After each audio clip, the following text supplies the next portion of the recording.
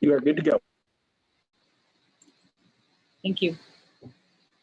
Welcome to tonight's City Council Conference of April 13th, 2021. We have 2 items on our agenda this evening. The first being change order number 3 to the contract 1920-46.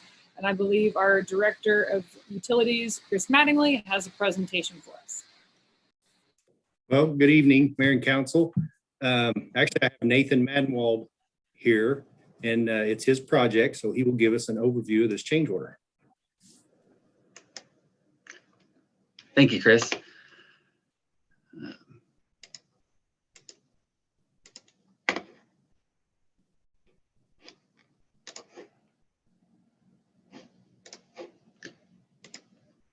Okay, can everyone see the presentation?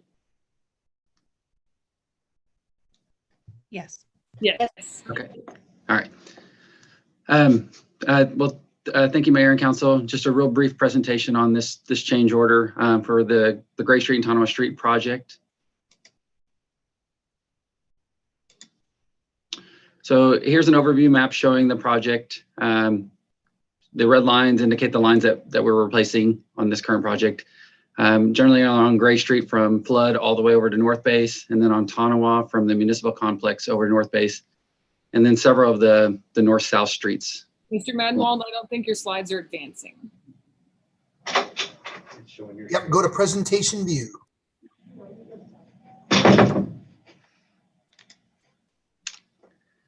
Okay.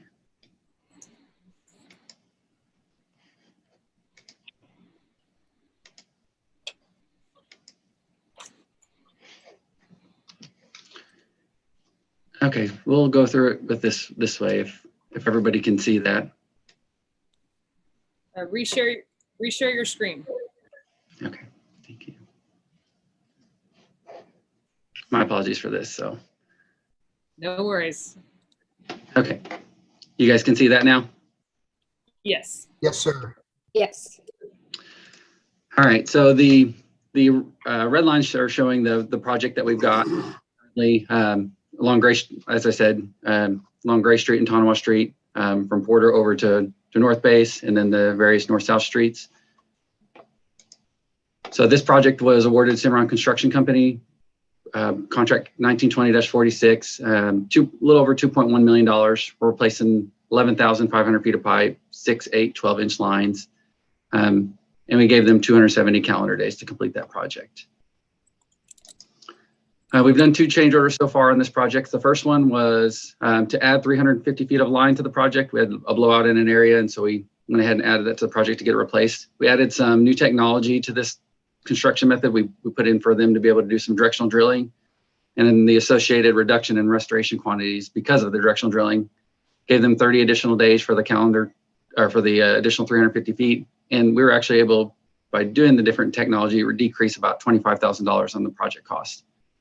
Change order number 2 was primarily for us addressing fire line connections that we found in the projects. We adjusted some field quantities for the directional drilling to match what we were actually able to do, and that was an increase of $32,000. So this is a project that we've obviously had ongoing in downtown.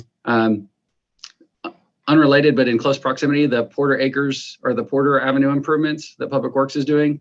We've been working with them to get our lines replaced, either with them or ahead of them for that work, so that way we get new lines under new streets. Porter Acres improvements are ongoing, and we're working with them on that one. That one's where they partially funded some of our water lines, and we funded the other half. And then for the remainder of that, outside the Porter Acres intersection, we're going to do a project to replace that in advance of their work, so that way we have new lines in there. Those are planned and currently in design right now.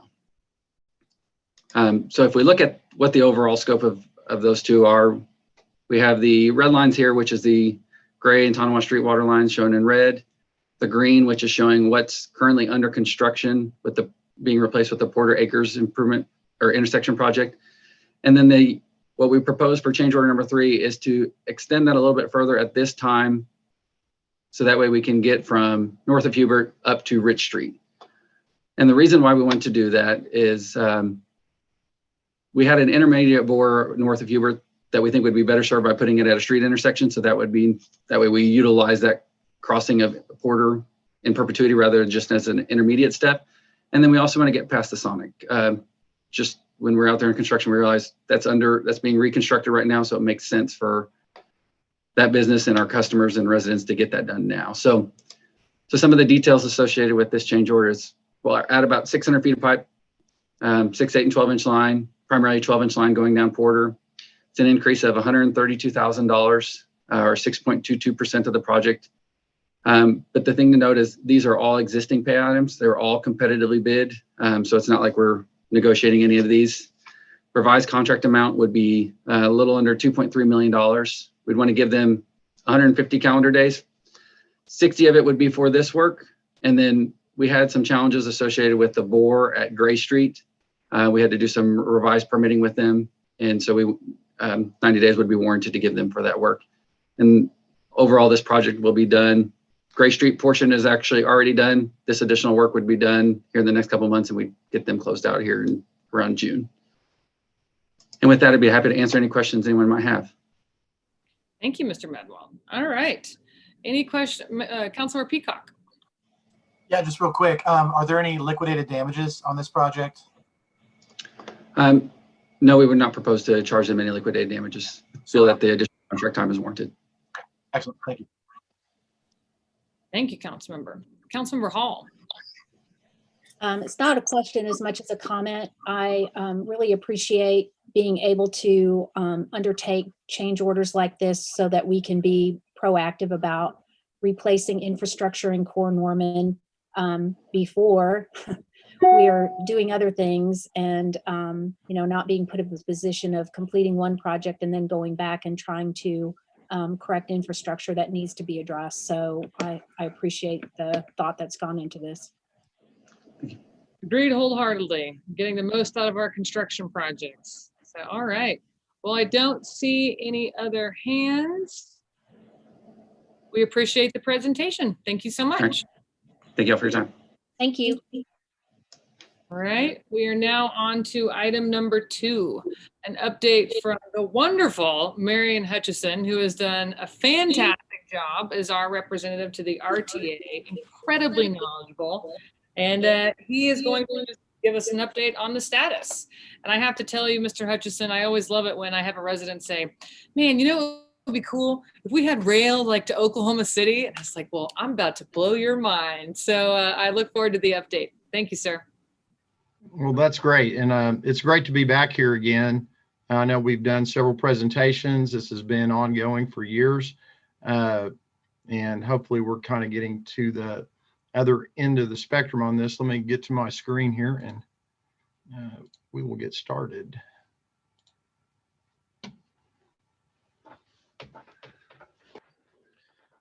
So I think the last time I was here, we talked about rail transit in general, and I know we've had some change in council. Some of you have been here. I know Mr. Holman probably as long as I've been working on this. I have a previous presentation that I've modified over the years that is more like a primer on regional intermodal rail transit systems. It covers the gambit. It's about 42 slides or more, from why it's important to how we got here, the efforts of the cities. And so I'm not going to spend really any time on the background. It'd be a little more lengthy. I did include this, and you should have a copy of this in your packet. So if you are new to the subject matter or need a refresher, you can go back at your convenience and go through that. If you do have a question during the other presentation on our current status with the RTA or see anything in here, feel free to ask. But you do have the background information, and that'll help you along if this is somewhat of a new subject matter. So we're going to talk about RTA of Central Oklahoma. For those that aren't aware, we were created in 2019. The cities of Oklahoma City, Norman, Edmond, Moore, Midwest City, and Del City after years of participation in transit dialogues with ACOG and regional transit task force made up of some of the former mayors and current mayors, finally formed the Regional Transit Authority. It's the first in the state. It's actually a regional independent governmental agency, fully empowered under state statutes. We did have a statute passed back in 2014 that created and enabled us and cities to come together to form transportation authorities and economic authorities as well. And we worked for several years with the cities that had been participating in these discussions. Finally signed a trust indenture in 2017 and 2018, and then finally were able to get a formal RTA indenture and signing in 2019 and created the authority. Give you a glimpse of what the authority will be in charge of is what is referred to as a regional transit district. Over the years, we had several iterations of the discussions about how this would be formed on a county basis, on a city limits basis.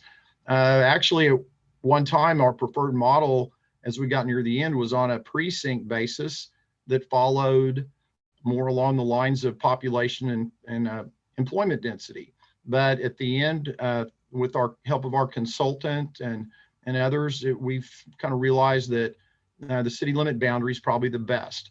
And so this is the city limits combined of the cities. That's the district boundary, and the RTA will govern and operate regional transit within that district. And when it is time for us to go to a referendum vote for dedicated funding for the RTA, which we have not done yet, that will be a single vote in that entire district that you're looking at. The way the trust indenture and the RTA is set up, we have 7 board members, and they were established based upon population and tiering. And so Oklahoma City has 2 representatives on our board. Norman, Edmond, Moore, Midwest City, and Del City all have 1.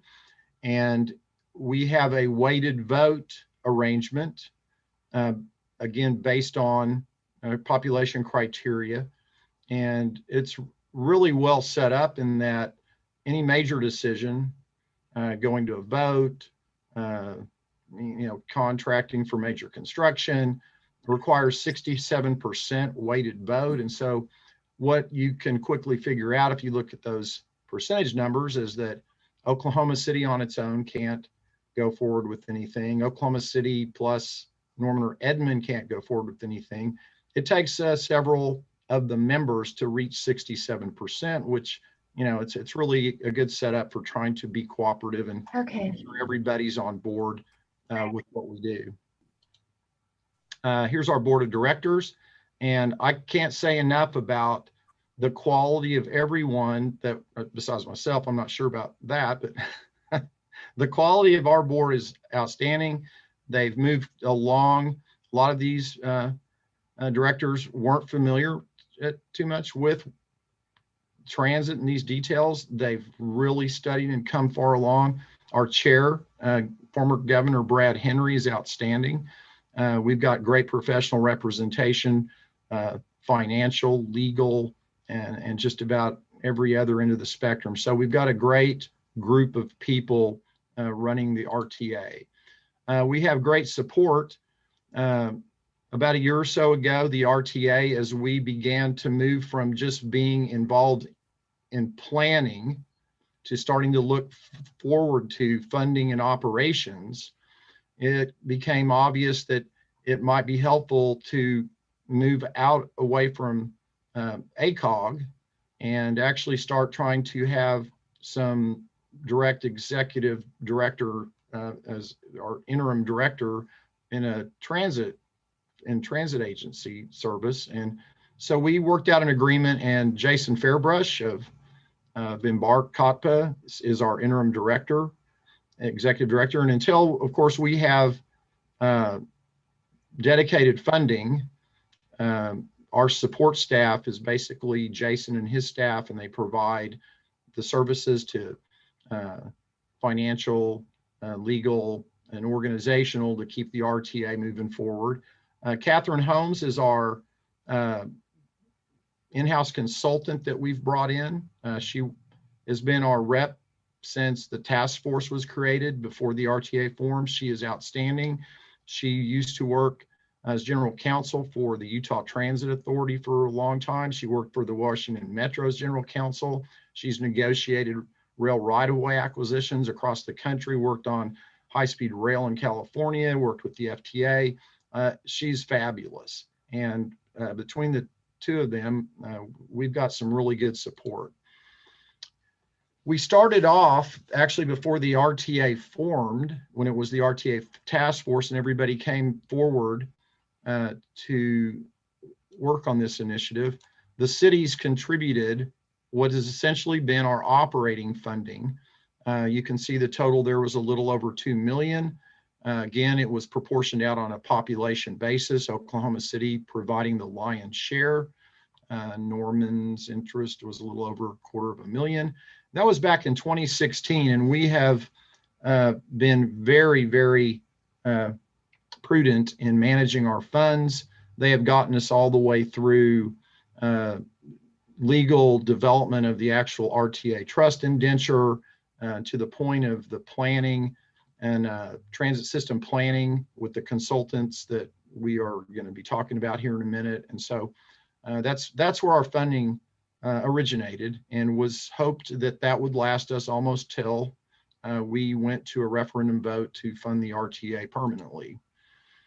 This is a great slide. I've had it for a long time. I just wanted you to see, gives you a better sense of how long this has taken and how many steps and how much effort has gone into this. So if you go all the way back to 2006, that was when COPPA did the first fixed guideway study, which was essentially an early system plan, an envisioned commuter rail system plan. You can see that little diagram up in the top left. We moved forward with MAPS 3. We got the streetcar. We started the ACOG regional transit dialogues, which were the cities talking about possibly creating an RTA. We had an intermodal hub study. We actually got eventually the city bought Santa Fe Station, and we got a federal grant, and it's now a regional transit hub waiting for the rest of the system. We formed the task force. The streetcar was constructed and is now operating, which will serve as a downtown circulator once the regional transit is coming into the hub to distribute, the workforce and everybody else throughout downtown. And so you can see over on the right, here we are in 2021, that's where we are today. And I had a thought when I was putting this together earlier that kind of looks like football field markings.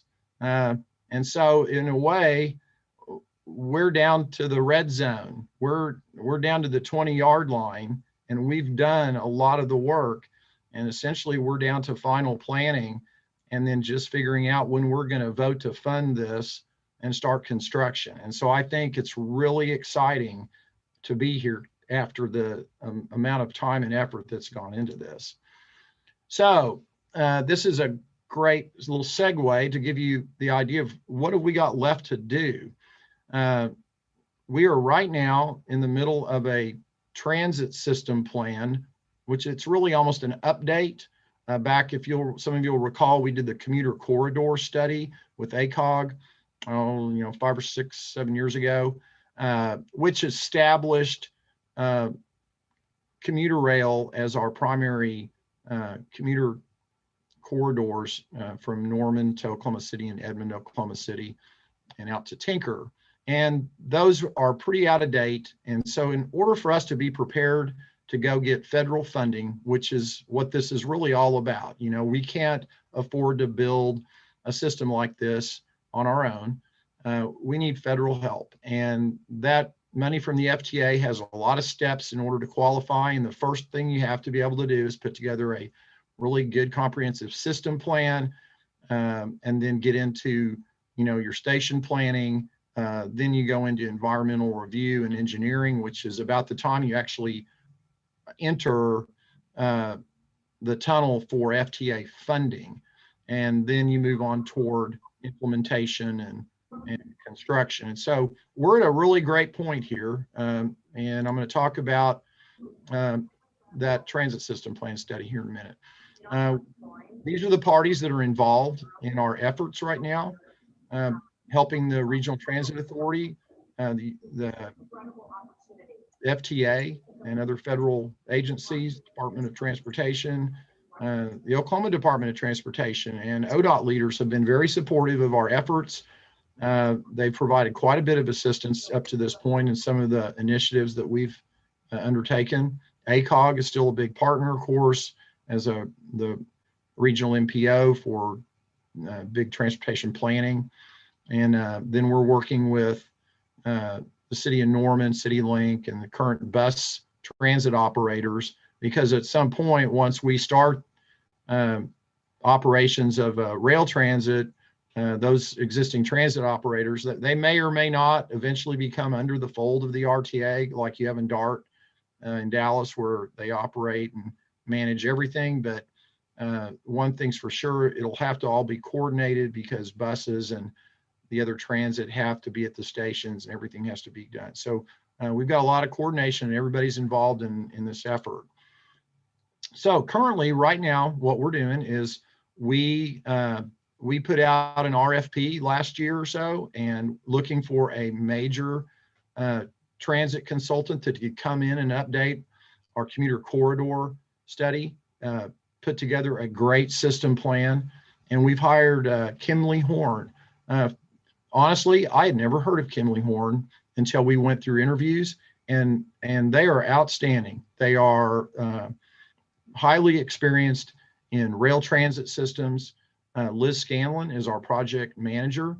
At one point in her past, she's actually worked in a municipal setting in a transit agency operations with municipalities, and has worked on projects in Hawaii and California. They have a great team.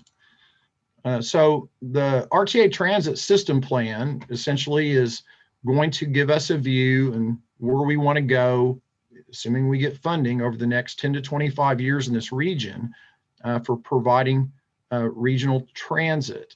It's going to kind of identify our goals, how those align with each of the communities, look at our previous studies, and then create a vision for what it is we all would like to see happen with regional transportation here in the coming decades. We started by looking back at our prior work, the 2005 fixed guideway study that I referenced earlier, the Intermodal Transportation Hub Master Plan that identified Santa Fe Station as our intermodal hub, the commuter corridor study, and then the work done at ACOG for Encompass 2040. Those are all being reviewed and the important elements brought forward. The transit system modes that we'll be considering and looking at are, fixed route bus, and there'll be enhanced bus also, the streetcar that actually is already operating, but we'll be looking at additional extensions like up to the Health Science Center that could serve a lot of commuters that work up there. Bus rapid transit. I'm sure some of you know that Oklahoma City acquired federal funds and is already beginning to implement our first BRT line in the Oklahoma City Metro up Northwest Expressway. And then we'll be looking primarily at light rail and commuter rail for what our corridor from Norman to Oklahoma City and then Edmond to Oklahoma City will be. So those are our system modes that we'll be evaluating. And they've been working really hard at drafting up what are really important elements, are statements for our goals. And we've come down to four primary goals, which are mobility and connectivity, to increase our regional transportation choices by connecting up our activity centers with high capacity transit that's fast and reliable. We want our system to have equity and accessibility, implement safe and accessible systems for all people. And we also, it's really important that this system drive economic and workforce development. That's a really big key to being competitive with our peer cities. A lot of the impetus in putting these systems in, besides the first two goals, is to be competitive on a job basis, retain your young workforce, and bring in companies that prefer cities where you have transit systems. And then, of course, we want our system to have sustainability and viability, and we want to develop that in a way that's cost effective and sustainable. So now we get to some real exciting stuff. Here's what has been identified as our draft transit system plan. The red hash lines are the regional transit corridors that we've identified as our primary corridors. What's new from the previous commuter corridor study and the fixed guideway study is we now have a primary corridor that we're looking at out to Will Rogers, and then a primary corridor out the I-40 area out toward West Oklahoma City, Yukon, and Mustang, which I'm sure you're aware that Canadian County and that area out there are some of the fastest growing areas in the state. And so over the last decade or more, that corridor has raised itself up from a congestion standpoint and a need for looking at commuter service down the road. If you can see underneath of the lines, you can see, it's hard to see, but the Oklahoma City, Norman, Edmond, and other bus system lines that exist are underlain under that. So you can kind of see how they overlap. And the BRT line out Northwest Expressway is shown in kind of a light blue. And as part of MAPS 4, Oklahoma City proposed additional BRT to the northeast area of Oklahoma City up toward the zoo and those areas up in the district up toward the Omniplex and that, and then also down to the southeast. So we've been working on this for a while. This is actually going to move forward for consideration to our board pretty soon. So those regional corridors, these will be the high capacity transit that will be considered in our next steps to identify which of those corridors are the, kind of ranked in order of most importance, and on which ones and what type of high capacity transit do we want, whether it's BRT, light rail, or commuter rail. So we've had some great public participation. Kimley Horn, we're all COVID challenged, and we've been doing virtual town halls. They've had tremendous attendance, both live and through Facebook and other avenues with public comment. The first one was January 28th, introduced the project. We had another one March 31st where we presented and got feedback on the draft system plan. And Kimley Horn has now created a website, if you make note of this, rtamoves.com, where you can go and the public can view any of the previous presentations. They can collaborate. There's places in there where they can exchange ideas on which of the corridors they prefer, what modes, ask questions. It's really great. So we've had really good public participation. And so we're kind of moving to the end of our transit system planning.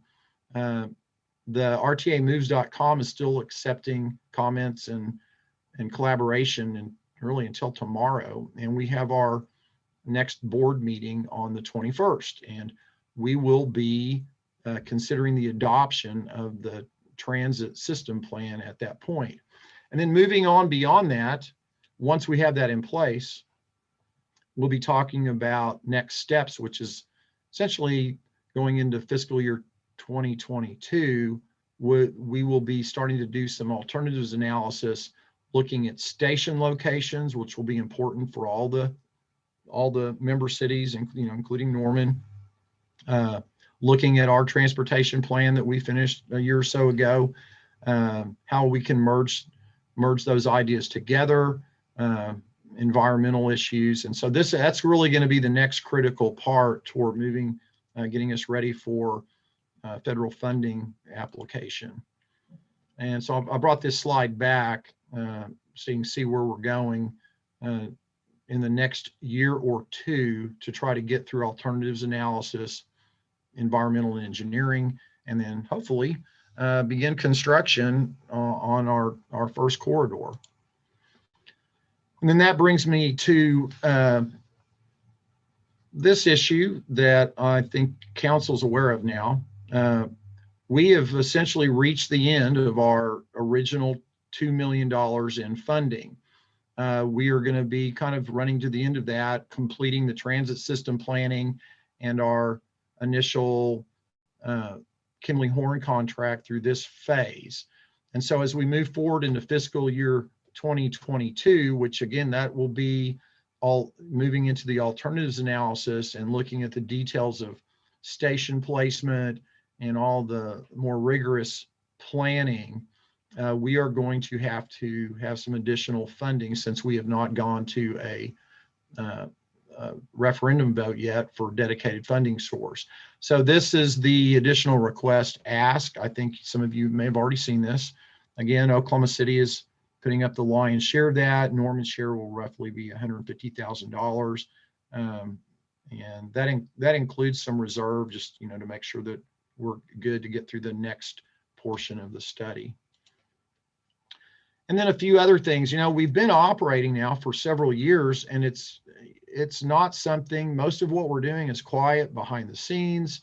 Doesn't appear to be real exciting, so there's not much news about it. It's not the same as when when you put a new train on a track and everybody shows up and everybody wants to ride it and know about it. So, but we are doing great work. One of the other things that's been ongoing is we've had some incredible discussions with BNSF.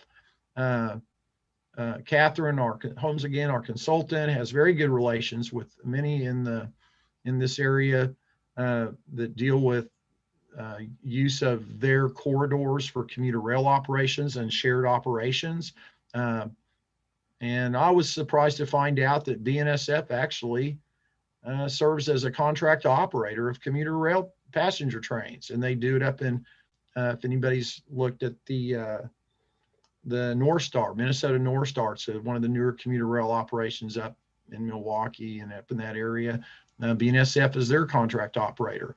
So they actually want to partner with you and make your system operate better. And there's a win-win for them in that the improvements that come with putting in double tracking or additional bridges when your commuter rail trains aren't operating, they are able to use that space for additional traffic for their freight and off hours. So that's really been something that I've been real excited about. Also currently, we have some legislative action taking place. It took place last year. Some of you may remember we had a bill before the House and the Senate that passed both unanimously. Incredible. It was a tort claims revision that essentially allows the RTA to indemnify contract operators. Primarily, this is a BNSF requirement. If they're to allow you to operate in their corridors, they don't want to be liable, since you're the one asking and they are allowing, they want, some type of assurance on non-liability if you have issues with your trains. And but there's several requirements, one of which is allowing us to indemnify them. And of course, most state statutes, it's not just Oklahoma. This has had to be done in other states that have brought in commuter rail on Class 1 railroads. They need some indemnity. It's a pretty simple change, but we're excited to say that it is once again passed out of the House unanimously, passed out of the Senate Transportation Committee unanimously, and is now just waiting for a vote on the floor. And then hopefully this year we'll get it to the governor's desk and that will be signed, which is one more big step for us. And the last thing that's going on is we're doing outreach with our member cities. We have a small outreach committee that goes around to the member cities and provides updates on RTA activity. One of which is probably the most important for us to be thinking about going forward in the next coming year or so is timing of a referendum vote for a dedicated funding source. Of course, that is a decision that really is not going to be the RTA's. It's going to be yours and the leaders of the other member cities as to when do we do that. And I think a lot of us are aware now with the change in the administration in Washington that we may be looking at a very good opportunity, and it could be limited in the next few years of additional funding to the FTA for rail transit projects.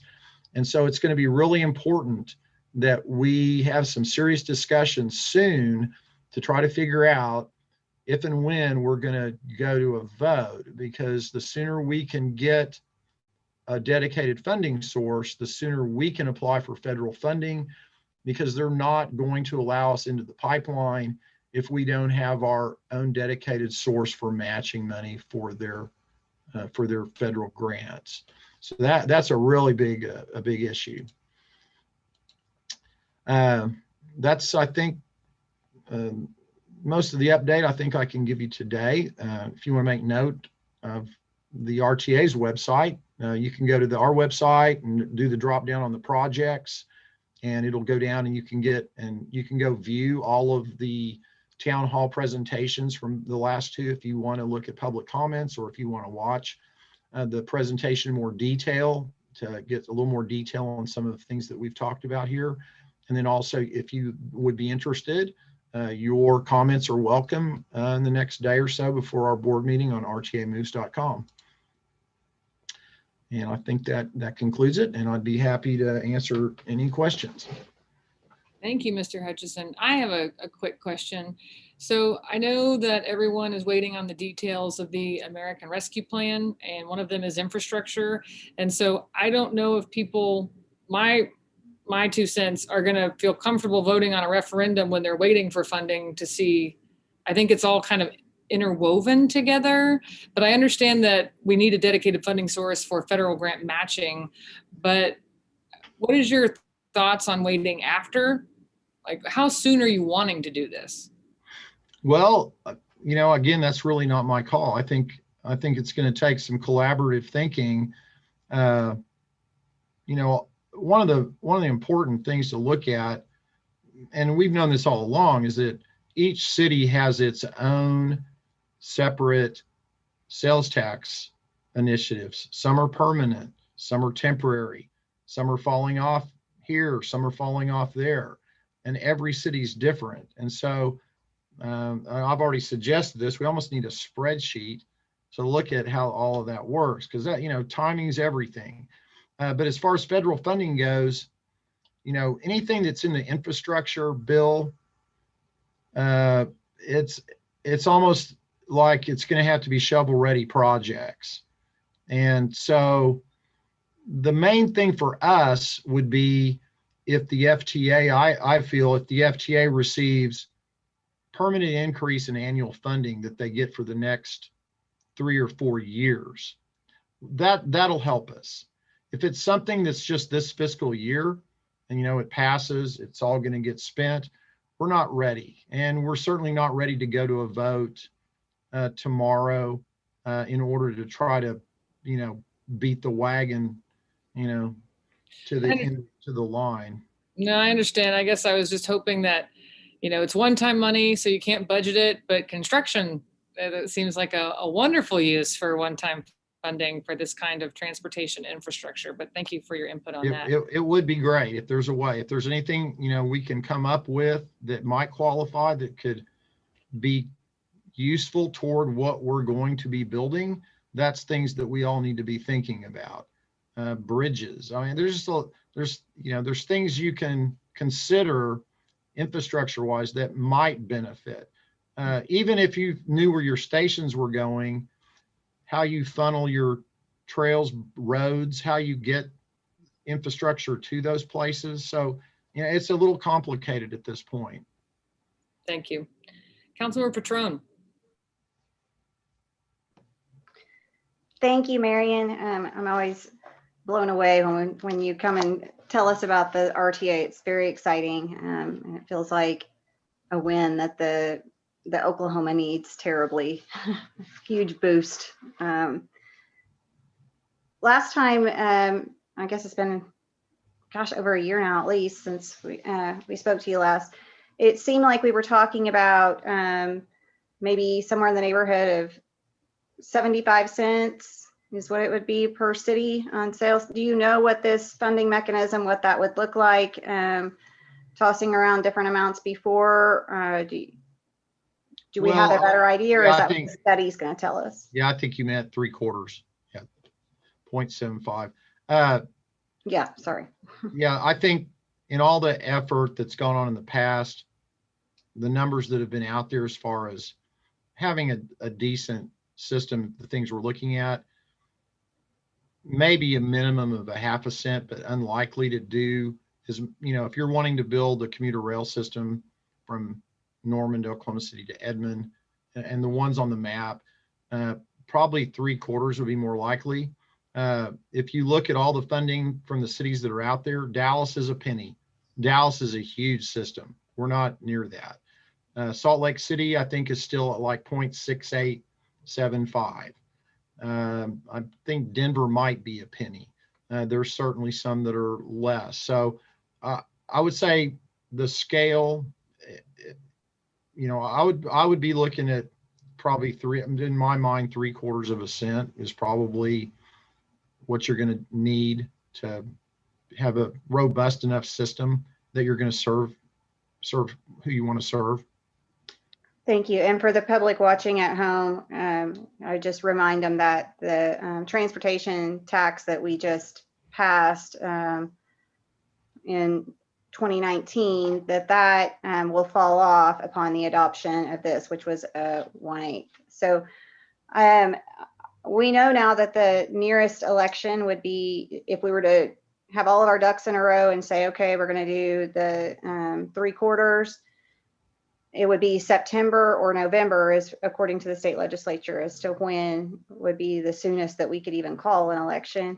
And I do know that there are other issues in the pipeline from the Charter Review Committee that also need to be taken up as well. So I don't know, I'm not going to speak out of turn as to say that, anything's ready for a September or November ballot, but it wouldn't surprise me if that would be, obviously for the state legislative purposes, that's possible. So do you feel like that from the RTA's perspective, that would be workable on your end?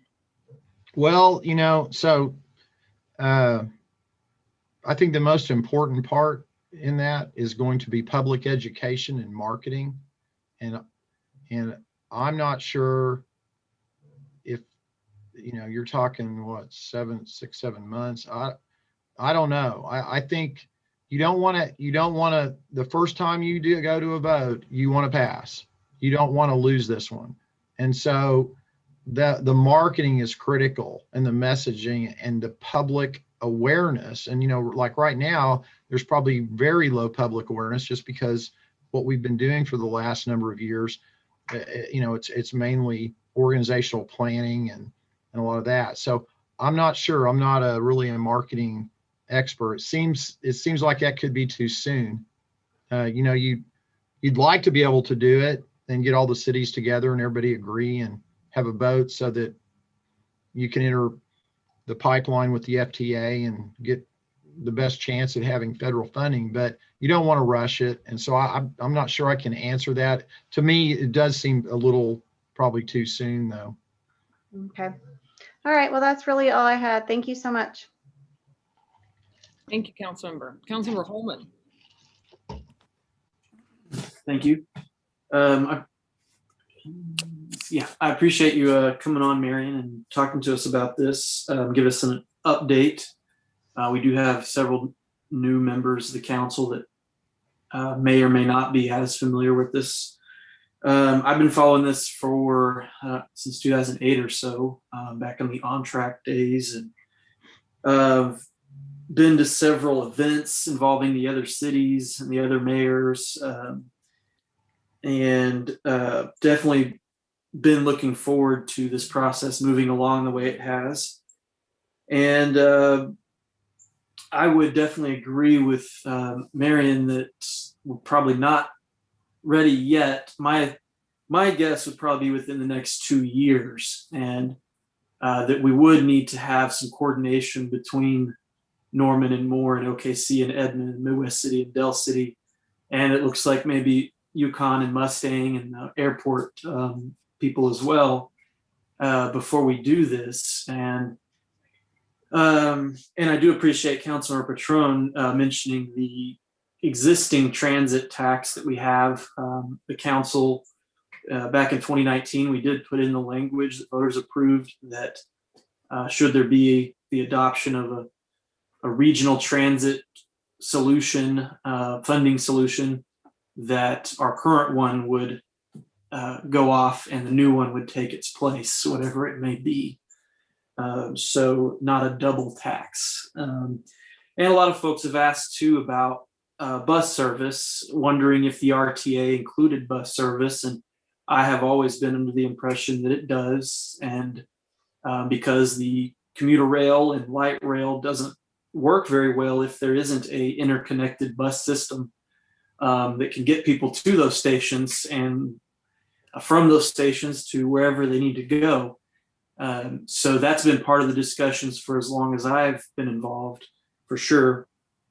And part of what led us to taking over the bus system and contracting out with Embark to run it, since it made sense that they already operate the OKC system, that they should operate the Norman system, and we're working towards a regional transit system anyway. So yeah, that would be kind of just my thoughts about it. I didn't really have any questions right now. I do support Norman providing the additional funding that's being requested through whatever additional funding from the federal government we might be getting, or if we have any in our transit funding for that. But I do think it's important, and if all the other cities that have been involved are continuing to contribute their share, then I do think it's a responsible thing for Norman to do the same. We've come this far, almost, well, over 15 years, getting closer to 20 years that people have been working on this, and we're getting close, I think. So in my opinion, again, probably within 2 years, we'd be trying to go for a vote on this. And I would mention also that I've always had a real problem with the, increasing sales tax for this, or for any use actually.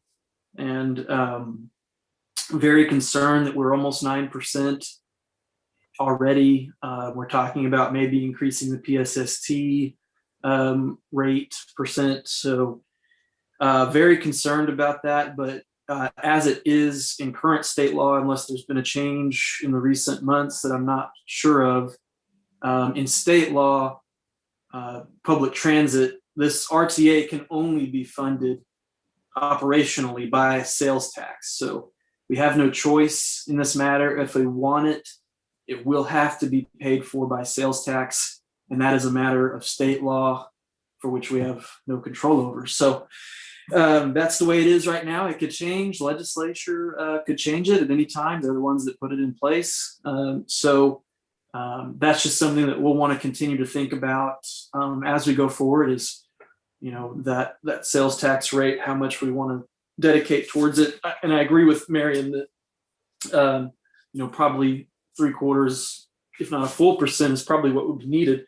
But I will look forward to hearing some maybe more information from the RTA members, board, and the other cities about what does everybody think we can do here when it comes to raising, funding for this type of thing. So I'm really looking forward to it, though, and I appreciate these updates again. Thank you.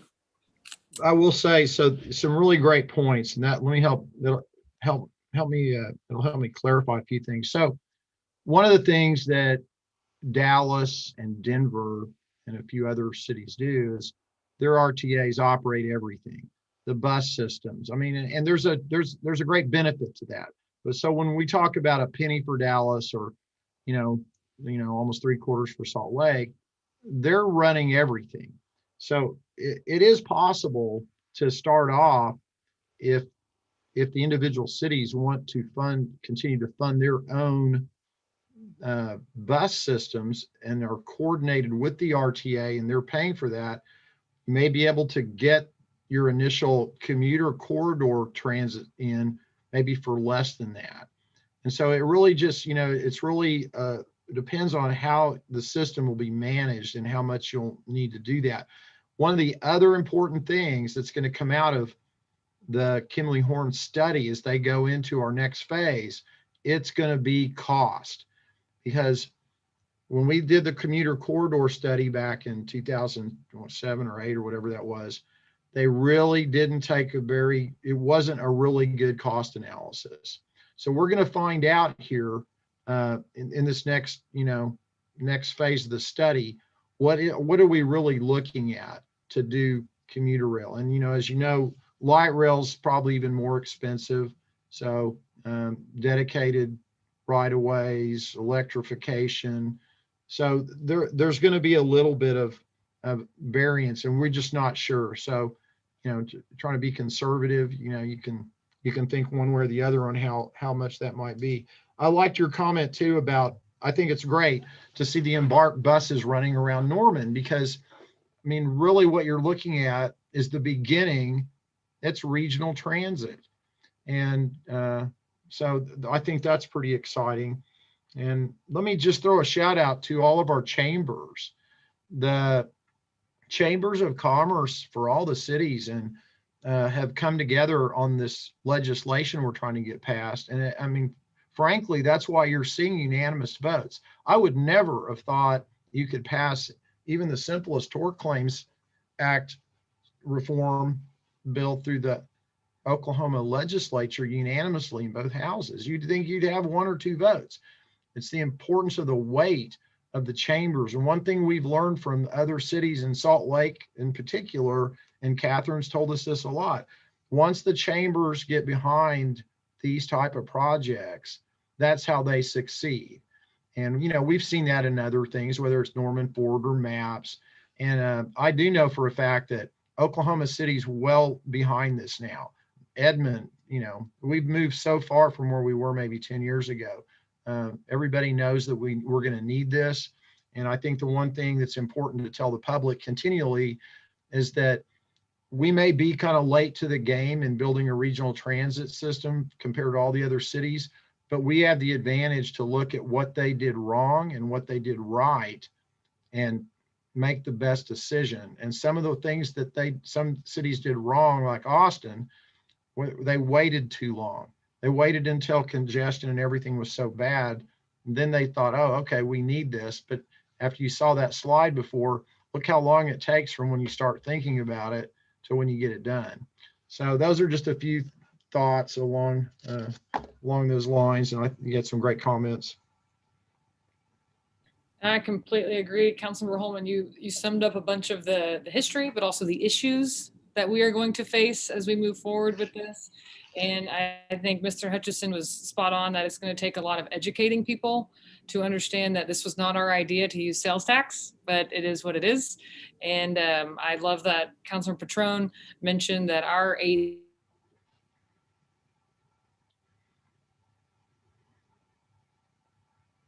Mr. Hutchison regarding the latest update on a really cool project. Did I freeze again at some point? Why is it only when I'm talking? Just for seconds. I blame only at the really good parts. Right? I know every time. Well, that's what I got. Okay. Well, you can fill in what you think I said. Wasn't that important? Any other questions or comments for Mr. Hutchison? Awesome. Marion, thank you so much for keeping us in the loop. As soon as you're ready to bring elected officials together to start talking, let me know. I think Holman and I as ACOG will be more than happy, but I think the whole council would be thrilled to attend and make sure this is executed properly and successfully. So Well, and thank you very I much. think City Manager Pyle, we had some discussions in another meeting that he's already starting some of those discussions too with his peers. So that's great. Awesome. Awesome. Glad to hear it. All right. Well, that is all we have on our agenda for tonight's City Council conference. We will adjourn. Madam Clerk, is it the same link? Okay, so don't log off. Just turn off Log your off. camera. Just mute your cameras and, mute your microphones and turn off your cameras until we start the next one. There you go. All right. I will see you all at 6:30. This meeting is adjourned.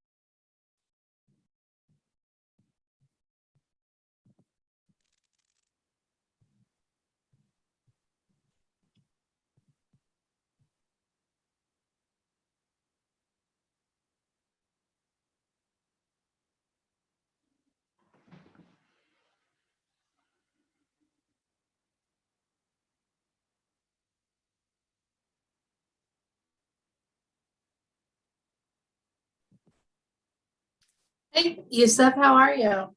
Hello, I'm good. How you doing? Good. I just wanted to let you know you're in the right place. So we'll get I am started okay. shortly. Good, good. Thank you. Thank you for your help. Oh, you're so welcome.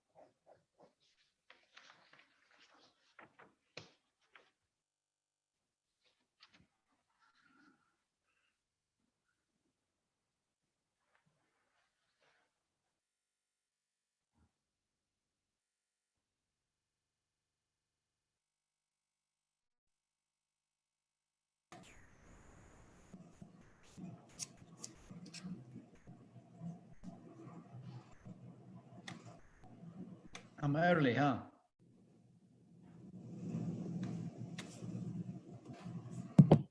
That's okay.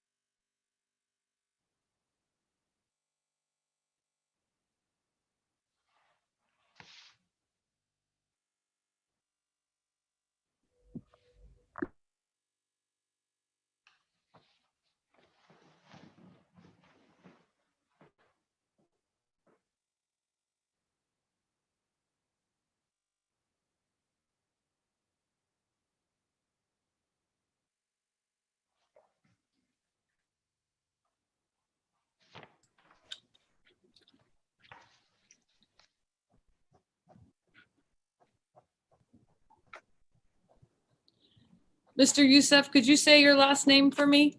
Yes, ma'am. Eliasim? Eliassen, thank you. Yes. Thank you.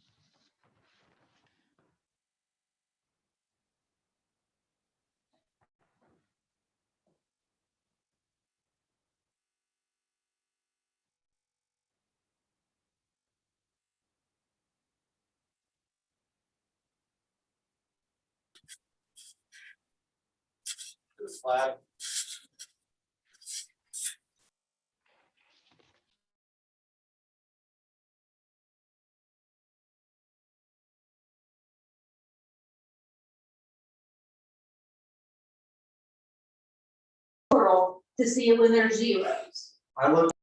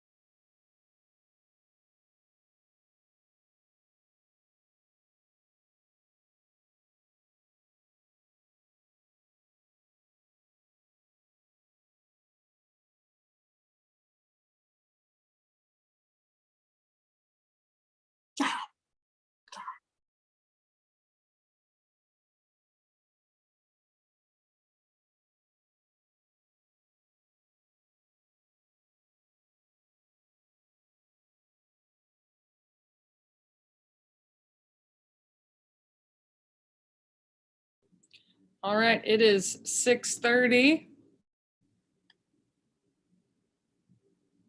Let me see your shining faces.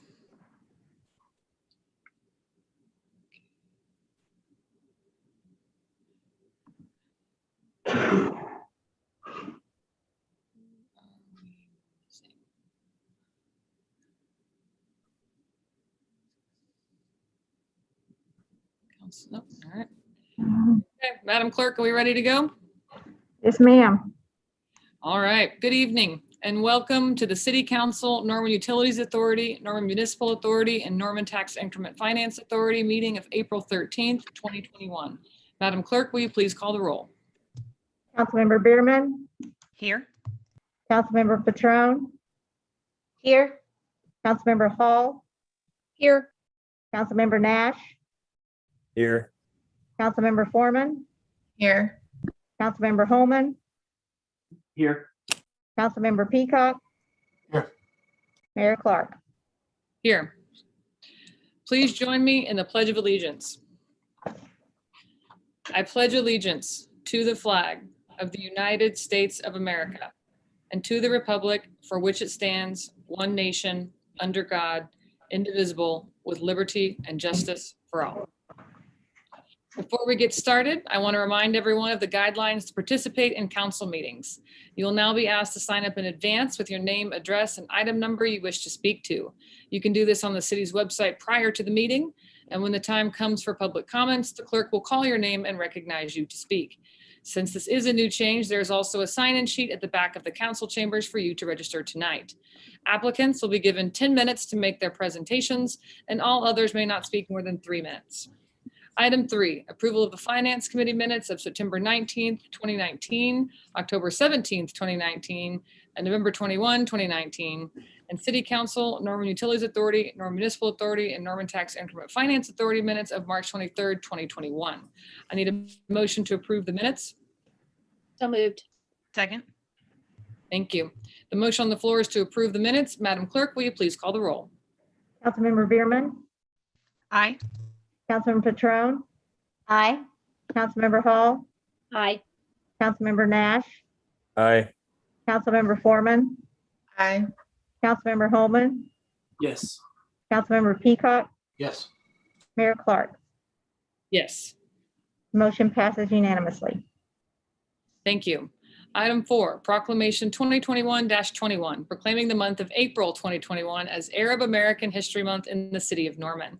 I'll entertain a motion to acknowledge receipt of the proclamation. Motion. Second. Thank you. The motion on the floor is to acknowledge receipt of the proclamation. Madam Clerk, will you please call the roll? Councilmember Bierman, Aye. Councilmember Patron, Aye. Councilmember Hall, Aye. Councilmember Nash, Aye. Councilmember Foreman, Aye. Councilmember Holman, Yes. Councilmember Peacock, Yes. Mayor Clark. Yes. The motion passes unanimously. Thank you. A proclamation of the Mayor of the City of Norman, Oklahoma, proclaiming the month of April 2021 as Arab American History Month in the City of Norman. Whereas the United States is home to 3.5 million Arab Americans. These groups represent a diverse array of cultures, traditions, professions, and contributors to our nation. And whereas the Arab community traces its origin to 22 Arabic-speaking countries in the Middle East and North Africa. The Norman community embraces the richness and diversity the Arab community creates in Norman. And whereas the history of Arab Americans in the U.S. remains neglected or defaced by misconceptions, bigotry, and anti-Arab hate in the forms of crimes and speeches. And whereas the city of Norman is proud to recognize the impact and contribution the Arab American community brings to the fabric locally and across our country. And whereas the Norman Human Rights Commission continues to work to dispel prejudice and discrimination and to advance fairness, mutual understanding, and appreciation for the worth of all people. Now, therefore, I, Mayor of the City of Norman, Oklahoma, do hereby proclaim the month of April 2021 as Arab American History Month in the City of Norman and invite all citizens to join me in celebrating the diversity and character of our community. To accept this proclamation, I would like to recognize Youssef Ilyasin, President of the Arab American Association of Oklahoma.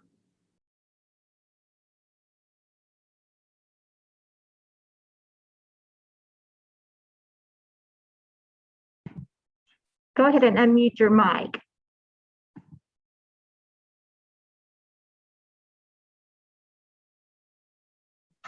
There you go. There you go. Yes.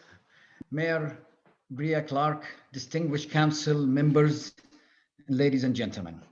On behalf of the Arab American Association of Oklahoma and its all members and the community we live in, I'm very honored to be here today to accept your proclamation.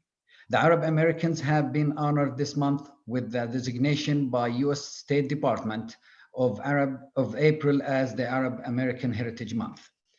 In Oklahoma, the Arab Americans are part of the diversity that defines our population and been part of the fabric of our society. For over a century, Arab Americans have been making valuable contributions to virtually every aspect of American society. In medicine, law, business, education, technology, government, military service, culture, and since migrating to America, men and women of Arab descent have shared their rich culture and traditions with neighbors and friends, while also setting the fine example of model citizen and public servant. The Arab American community in Oklahoma is grateful to you, the mayor, and the city of Norman for being the first in the state to recognize the month of April as the Arab American Heritage Month. We are humbled and honored to accept that. And thank you. We appreciate your time. The community is really excited. Thank you. You are very welcome. Thank you for joining us tonight. I appreciate you all.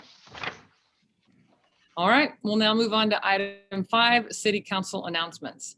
Councilmember Bierman. I forgot that we were doing that at the top of the meeting. So I'll take the opportunity to ensure that everyone knows that we are getting the ball rolling on the Ward 2 Selection Committee. And so if you know of individuals in Ward 2 that you think would represent you well, or if that is yourself, please encourage them to submit an application that will be posted on the city's website.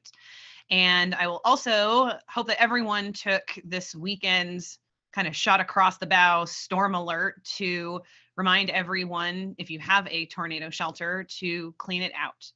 And, you know, this is that time of year that if you have a room in your house and you don't have a tornado shelter, identify where you're going to go in the innermost room of your house. Ensure you know what blankets and pillows you're going to cover yourself with, and make sure you have all of your most valuable possessions in an easy to grab place. The sirens only go off, except on Saturdays at noon, when a tornado is on the ground. So welcome to tornado season in Oklahoma. 2020 was a pretty quiet year, hoping for the same again in 2021. And that's all I've got. Thank you, Councilmember. Councilmember Patron. I don't have a whole lot. I'm grateful for the Arab American History Month. That's really exciting, and I'm proud of our community for being such a welcoming and inclusive place, and not being afraid to shout it from the rooftops. If you see that your kids or your kids' teachers are extra worn out this next week, it's because state testing starts. And in this time of COVID, I would just say, you know, maybe send a card, a treat to the classroom, a card to the teachers and staff, because it's a lot. So I'm not sure exactly the purpose it serves, but some big testing corporation, I guess, makes a lot of money off of it. So anyway, just want all those teachers to know that we support you, and all those kids to know that we support you as well. So we love you. That's it. Thank you, Councilmember. Councilmember Hall. So I think all of us are really interested in hearing what our neighbors and our constituents have to say about all of the issues that we confront with our city. And I had announced several meetings ago that I was going to start setting up a series of small neighborhood targeted meetings to start getting back out and being able to visit with everyone in person. And so I wanted to thank the Southridge neighborhood and also the neighborhood that is just south of Alameda on Ponca and Morningside Drive that shares Bishop Creek as their backyard. We were able to have 2 neighborhood meetings this weekend with a really good turnout for both meetings. And I just appreciate so much hearing from our neighbors directly on the things that concern them or things that they would like me to focus on as I represent them in Ward 4.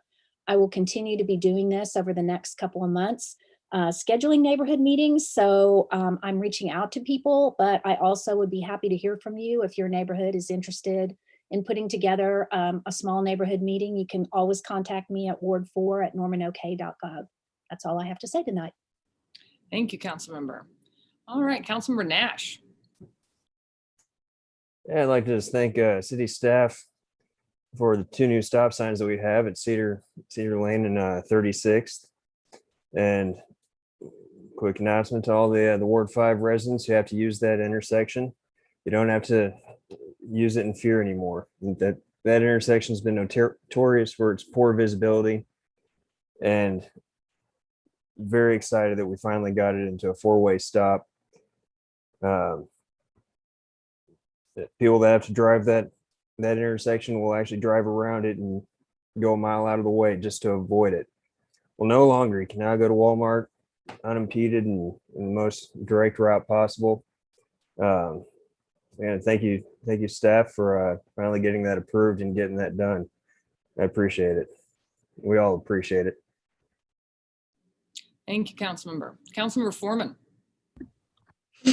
I don't have much to say. I have a raging sinus infection, and if you all are suffering from allergies also, I'm right there with you.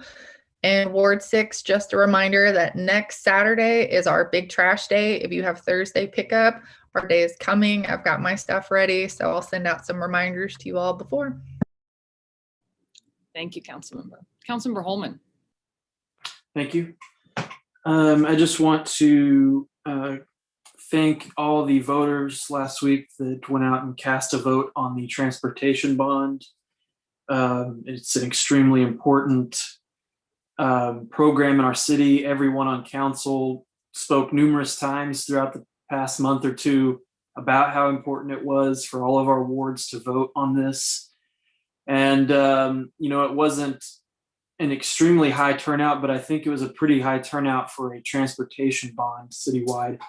And projects that benefit many neighborhoods in all of our wards, many neighborhoods, all the neighborhoods in Ward 7 have benefited from this program, either in the 2016 program or this upcoming program.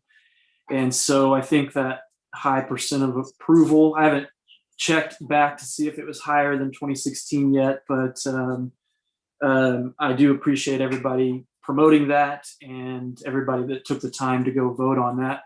And it's another example that I always tell people that why voting is so important is that it's not always about electing someone to an office.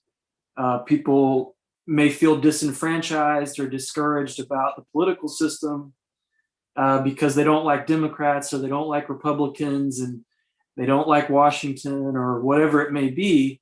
And so they just don't register to vote at all, and they don't vote on anything.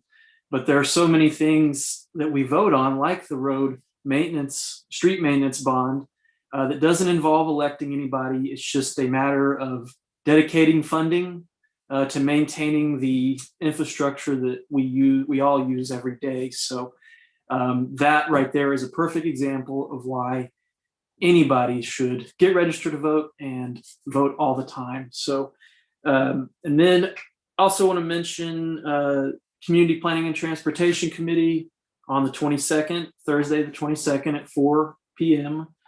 In the Community Planning and Transportation, or CPT committee.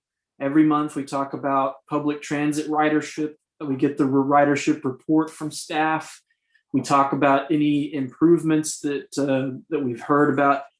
If there needs to be a bench or a shelter installed, if we've heard anything from constituents about the system that may need to be improved, or something that people really like about it and want staff to know about, or that we can improve even further upon. So that's always an opportunity for anybody in the public to find out about what's going on with public transit in the city of Norman.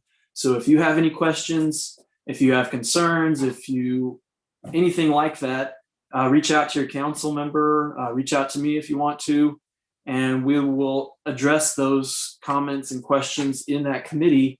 And again, we meet once a month. So we talk about not just public transit, but streets and sidewalks. And we'll be talking about parking upcoming. I think Councilmember Peacock might have some comments about that, but we talk about all types of issues that involve transportation and how we all move about our city. So I encourage everybody to tune in for that. And then, as many of you might have seen in our previous meeting this afternoon, we had a discussion about the RTA, or the Regional Transit Authority, and our plans as a metropolitan area to have a unified public transit system that serves the entire metro area, including Norman and Moore, OKC, Edmond, Midwest City, Del City. And as of the update we got this afternoon, Yukon and Mustang and the airport area are also interested in being a part of this. This is something that people in the metro area have been working on for almost 20 years. And it's a very exciting thing anytime it gets brought up. So I definitely encourage all Norman residents to watch the meeting and read up about the regional transit solutions that we've all been talking about in the metro. It's exciting, very important. So I think that's all I've got tonight. I look forward to the meeting ahead. Thanks. Thank you, Councilmember Holman. Councilmember Peacock. Yeah, I just want to quickly acknowledge a couple of Ward 8 residents on tonight's consent agenda. I look forward to supporting Elizabeth Ross on her appointment to the Board of Parks Commissioners and Rachel Wyatt Swanson on her appointment to the Greenbelt Commission. Awesome, thank you. All right, a few announcements from me. This Friday, the University of Oklahoma International Advisory Committee is hosting an international festival. They are not having their Eve of Nations celebration, unfortunately. Hidden Gem on campus, if you haven't been, a fantastic event. But they are having a festival, and that'll be at 6 p.m. You can find it on social media to find the location, because we do have rain in our future, so I think they have moved it indoors. On Saturday, April 24th, it's our next Move with the Mayor, and we will be learning how to play disc golf at Griffin Park. And I hear we might have a special guest from Ward 1 who will come show us how it's done. Councilmember Bierman is who I'm referring to. And consider the gauntlet thrown. We'll be having a council throw off as well. I know the banana split eating contest is always a grand old time. I would like to add to that tradition and do a council throw off. So come prepared. All right. All right. I hope you all join us 10 a.m. at 6 p.m. And I believe we still have some of those cool Move with the Mayor water bottles left over. It's just a fun time to get out, move your body, and see all of the fun facilities and different parks that our city has to offer for you that you have helped pay for with tax dollars.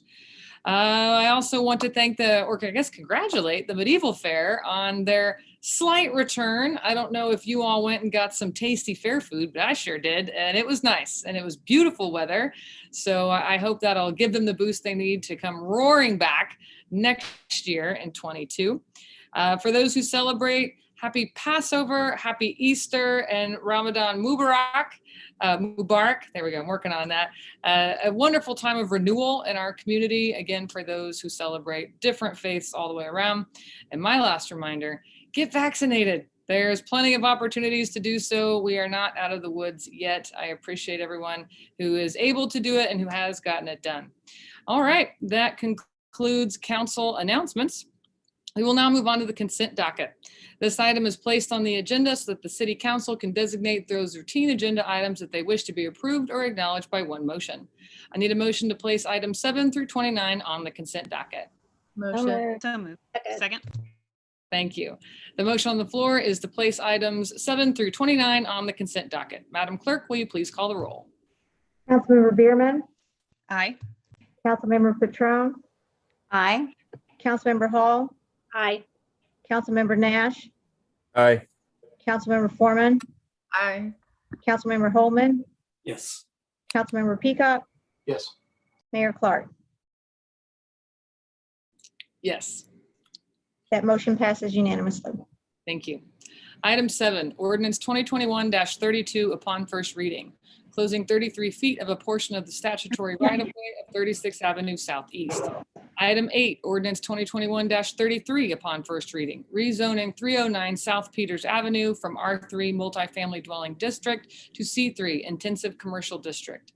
Item 9, ordinance 2021-35 upon first reading, granting special use for a marijuana dispensary at 3001 36th Avenue Northwest, currently zoned I-1 light industrial district. Item 10, mayor's appointments of George Amati and Christopher Southern to the Bicycle Advisory Committee. Eric Paulson to the Norman Forward Citizen Financial Oversight Board. Elizabeth Ross, Jeffrey Solomon, and Mary Salit to the Board of Parks Commissioners. And Maureen Chittenden and Rachel Wyatt Swanson to the Greenbelt Commission. Item 11, mayor's appointments of Joe Carter, Alicia Cardula, Britton Perry, Richard Stewicki, and Councilmember Hall, serving as an ex officio member to the Ward 2 Candidate Selection Committee. Item 12, submission of the Norman Convention and Visitors Bureau Incorporated 2020 Annual Report through December 31st, 2020. Item 13, Norman Rural Certificate of Survey for Indian Hills Ridge Estates located 1/2 mile north of Indian Hills Road on the west side of 144th Avenue Northeast. Item 14, the Norman Rural Certificate of Survey for McDaniel Meadows and acceptance of easements 2021-78 and 2021-79 located on the east side of North Porter Avenue, approximately 1/2 mile north of Franklin Road. Item 15, Norman Rural Certificate of Survey for Heritage Infinity with a variance to the private road requirement from 20 feet to 12 feet, generally located on the south side of East Cedar Lane Road, east of 132nd Avenue Southeast. Item 16, final site development plan and final plat for Norman Regional Health System East Campus Addition, a planned unit development located at the southwest corner of Highway 9 and 24th Avenue Southeast. Item 17, final site development plan and final plat for Greenleaf Trails Addition, Section 11, a planned unit development located 1/4 mile east of 12th Avenue Northwest and 1/4 mile south of Tecumseh Road. Item 18, final plat for Norman Carmart Addition, 512 North Interstate Drive. Item 19, ratification of a declaration of an emergency for excavation services performed by Hammett Excavation in the amount of $69,844 related to recovering a deceased missing person at the Southeast Oklahoma City landfill and budget appropriation from the general fund balance. Item 20, acceptance of a grant in the amount of $10,000 from the National Association of City and Council of Health Officials, that's awesome, NACHO, to support the efforts of the Medical Reserve Corps Volunteer Program managed by the Norman Emergency Management Division, approval of contract 2021-103 and budget transfer. Item 21, authorization for additional payment in the amount of $122,413.10 to the Oklahoma Department of Transportation under contract 2021-33, a project agreement for the construction of Robinson Street West of I-35 project. Item 22, change order number 3 to contract 1920-46 with Cimarron Construction Company, increasing the contract amount by $132,940 for a revised contract amount of $2,277,439.56 and adding 150 calendar days to the contract for the Gray Street and Tonawa Street water line replacement project. Item 23, change order number 1 to contract 2021-8 with Cimarron Construction Company LLC, decreasing the contract amount by $93,843.38 for a revised contract amount of $737,615.62 and adding 21 calendar days to the contract for the bridge maintenance project FYE 2021 locations and budget transfer between project accounts. Item 24, contract 2021-88 with Norman Regional Hospital Authority, a public trust, authorizing collection of a monthly lift station fee from developed property in NRH Medical Park West, Section 2, a planned unit development for the operation, maintenance, and replacement of the NRH West lift station. Item 25, contract 2021-109, a memorandum of understanding with Healthy Living Incorporated to develop a contractual relationship related to the lease and management of the city's senior wellness center. 6, contract 2021-1 with Wall Engineering Structural Consultants Incorporated in the amount of $71,900 plus $10,500 for reimbursable expenses for design services to include the preparation of construction documents, bidding services, and construction supervision for the Norman Forward Saxon Park project. Item 27, contract 2021-115 with Crosslands Construction Company Incorporated in the amount of $26,320 to provide construction management at-risk services for the Norman Forward Senior Wellness Center project. Item 28, Resolution 2021-104, appropriating $17,865.49 from the refunds, reimbursements, miscellaneous risk management account received from insurance companies to repair and replace traffic signal equipment or traffic signs damaged in traffic collisions. Item 29, acceptance of a quitclaim deed from William H. Matune Revocable Trust for property generally located on the northeast corner of Alameda Street and Carter Avenue, and budget transfer. I'll entertain a motion to approve or reject the consent docket. So moved. Second. Thank you.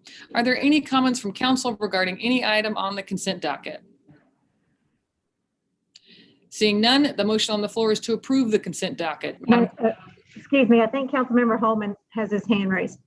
Oh, I was fast. Councilmember Holman. Thank you. I do have a couple questions about item 19, actually. I'm not opposed to the expenditure for this, but I am interested in kind of wondering how we account for something like this. It's a large amount of money. And so I would just like a little bit more information for the public about what this is, as much information as can be shared, I suppose. But specifically about budgeting for something like this, it seems kind of an abnormal request. I can't recall ever having a request like this come before me. So a little bit more information, if possible, about this would be appreciated. Thank you. Thank you, Councilmember. I believe I will turn that over to either Mr. Francisco or Mr. Pop. Just speaking to the accounting of it, it was an unbudgeted expense. It was a large enough expense that funds could not be identified from within the police department budget. So the request is to appropriate money from the general fund balance to the police department investigations division budget to cover the expense. And I'll ask Chief Usher to talk more about the case itself or what necessitated the expenditure. Thank you, Anthony. Yeah, the expense was for a search at the Oklahoma City dump, really. We had a person that had passed away and was disposed of in a dumpster in Norman. That dumpster was loaded and it was taken to the Oklahoma City dump. We tracked it there. We felt in time to do a decent search. It lured it to a small area of the dump. When we first got the estimates for what it would take, we first was going to try to do things with our own excavation tools that we have, but by talking to other agencies, was not advised because it comes out costing us more, because when you dig there, you have to watch out for the gas lines and pipes that run through there, and then this plastic coverings that they put in there to maintain the dump, and then you have to put it all back once you excavate up there. So we went with an excavation company thinking we could do it in a time that would keep us under $50,000 and possibly find the lady's body to help us close out that case. It ended up costing a little more than we thought. It took a little more time for us to for the company to put the dump back the way that it was before we began. And that's where that investigative expense came. And you are correct. This is very unusual expense, and it just doesn't come up hardly very much at all for any city or agency. I appreciate the explanation, Chief. Do I understand that the excavation's already been done? And so it's already been done. We're just at the point where we need to cover the cost of it at this point. That is correct, Yes.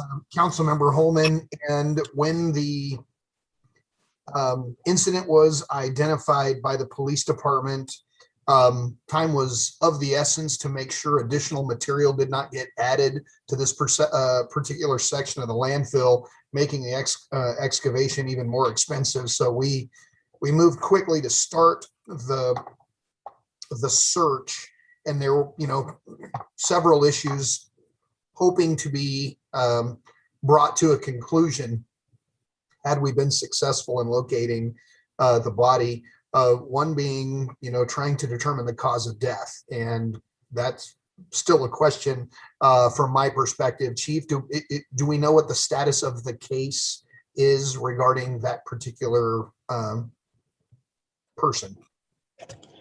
We have everything we can have. We recovered a little bit of hair at the scene and are moving forward with that case. Right now, I don't know that we will get a murder charge because we don't have the body, but we will at least have an improper disposal of a body.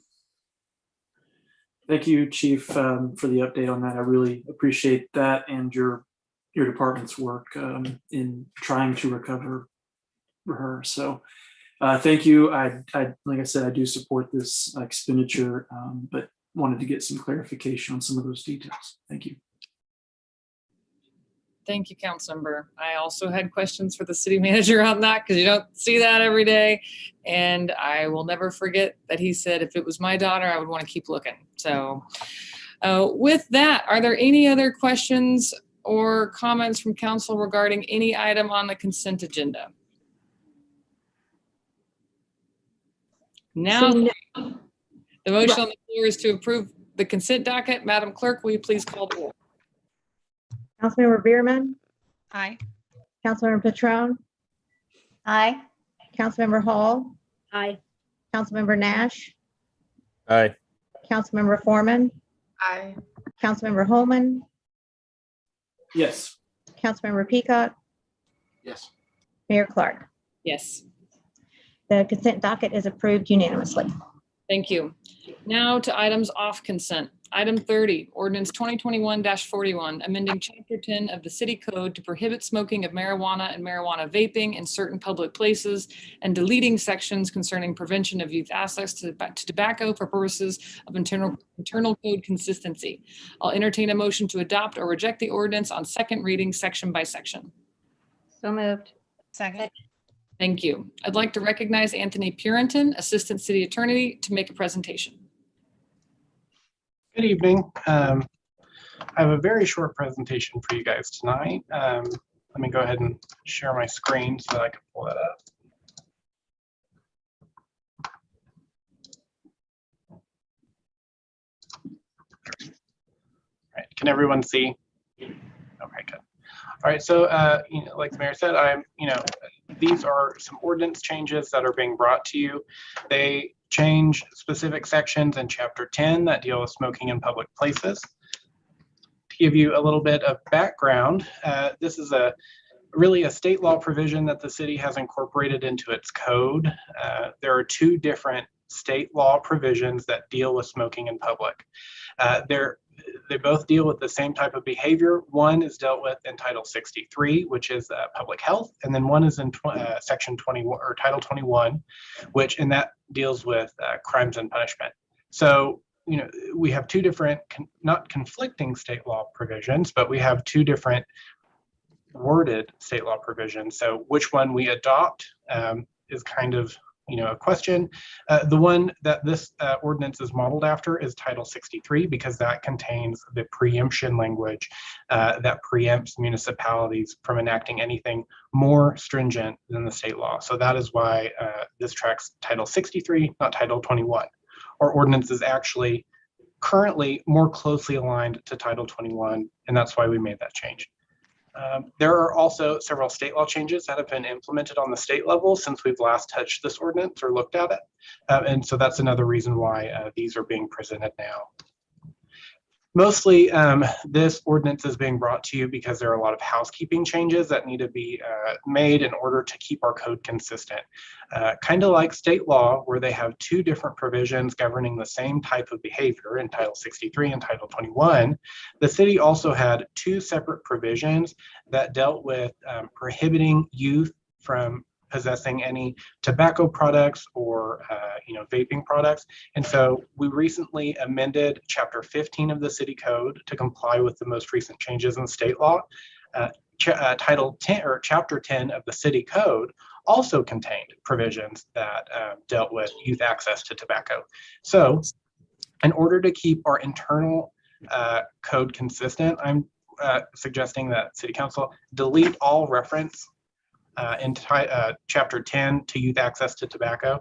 That way we don't have two separate code provisions dealing with the same subject. It's really is only after these changes are implemented, if you adopt them, they will only be contained in Chapter 15, which would lead to later on only needing to change one chapter when state law changes as well. So it deletes all reference to youth access to tobacco in Chapter 10. There's also deletion of obsolete language not found in state law. So, for example, there are a lot of definitions that aren't used so like they'll define a word that is not found anywhere in our ordinance anymore. So it deletes those. And we also did some readability and consistency changes, making sure all the definitions are contained in one section, things like that. So those are the housekeeping changes. There are substantive changes, mainly two of them. The first is the definition of what constitutes a public place. If you think about what a public place is, you have probably a pretty good idea. But the current language of our ordinance only, it defines public place as a health facility, arena, an eating establishment. It's specific types of public places. The new state law definition that we're implementing in these changes would be any enclosed area where individuals other than employees are invited or permitted. So not only does this track state law, it tracks like common sense understanding of what is a public place. So it broadens the prohibition on smoking in public places to, get to more like a wider audience, if you will. So there are going to be more places that this prohibition will reach. And finally, the changes to the prohibitory language. So, for example, in the Title 63 language, recent changes to state law also contained, prohibitions on smoking or vaping of marijuana in public. So this came after marijuana was legalized for medical use. So we, in order to comply with state law, which says that any municipal ordinance shall be the same as provided in the state law, we added that language as well to track that state law language. And also, finally, like I said, a lot of these changes were made so that in the prohibitory language, like the raw meat and potatoes of the ordinance, if you will, that actually prohibits behavior, that is now tracking the language of Title 63 rather than Title 21, which for municipal preemption purposes is more appropriate. So that's it for my presentation. If you guys have any questions, I'd be happy to answer them. Thank you, Mr. Carrington. Councilmember Holman. Thank you. Just to clarify once again, these changes are all based on state law, and nothing we're doing here exceeds state law. Is that correct, Anthony? Exactly. So there is a tiny caveat to that answer, because while state law says there shall not be, the city shall not, any city shall not enact anything more stringent than what's contained in state law, state law does give the city a little bit more leeway when it's city property. But none of those changes, none of those changes should have been made to anything relating to city property. Okay. And just want to clarify that for folks watching at home, that we're not, City of Norman is not enacting any kind of anti-cannabis policy here. This is merely bringing our local ordinances in line with current state law that really says we have to. So I don't know if you would know this one off the top of your head, Anthony, but where, based on this information, where can someone in the City of Norman consume cannabis? Is just in their own private home or any private property? Are there some public spaces? What could you provide any clarity on that? Well, I mean, that would kind of have to be a long answer. It's a lot easier to tell someone where they can't smoke marijuana. It's basically any public place. If you look at the text of the ordinance, they do contain exceptions. for tobacco. Now, the state law, when they were dealing with these exceptions, didn't necessarily include marijuana in those exceptions, except in very specific exceptions. So it's a little bit different. So just because you can smoke tobacco in one place does not necessarily mean you can smoke marijuana in that one place. So I kind of, let's see. Yeah, so if you look at our ordinance, the specific exceptions only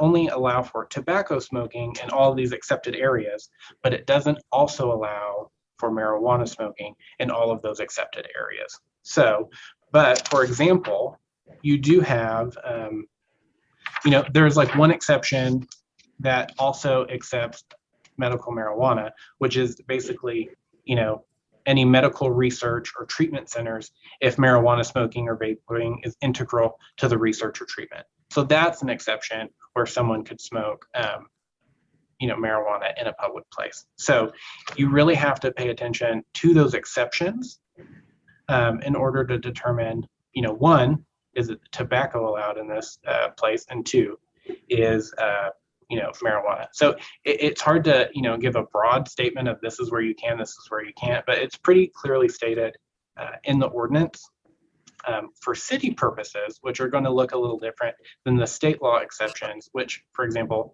contains exception for zoos and stuff like that, which Norman doesn't have, so it's not contained in our ordinance.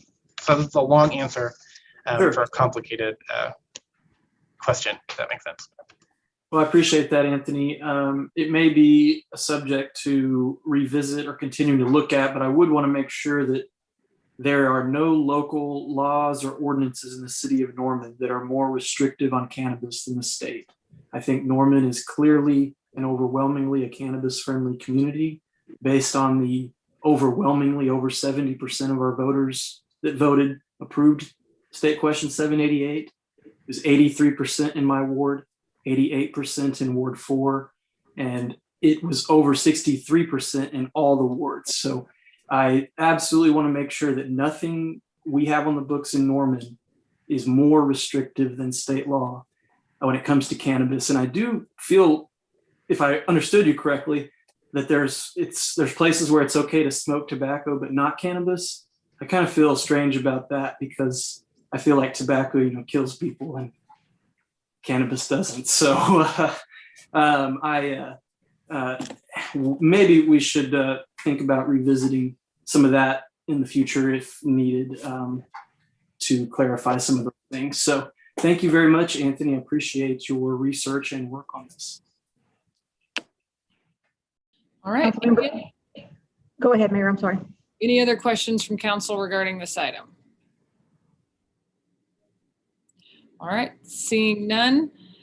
This is an opportunity for members of the public to make comments regarding this item. Are there any public comments? No, Mayor. Okay, are there any final comments from council regarding this item?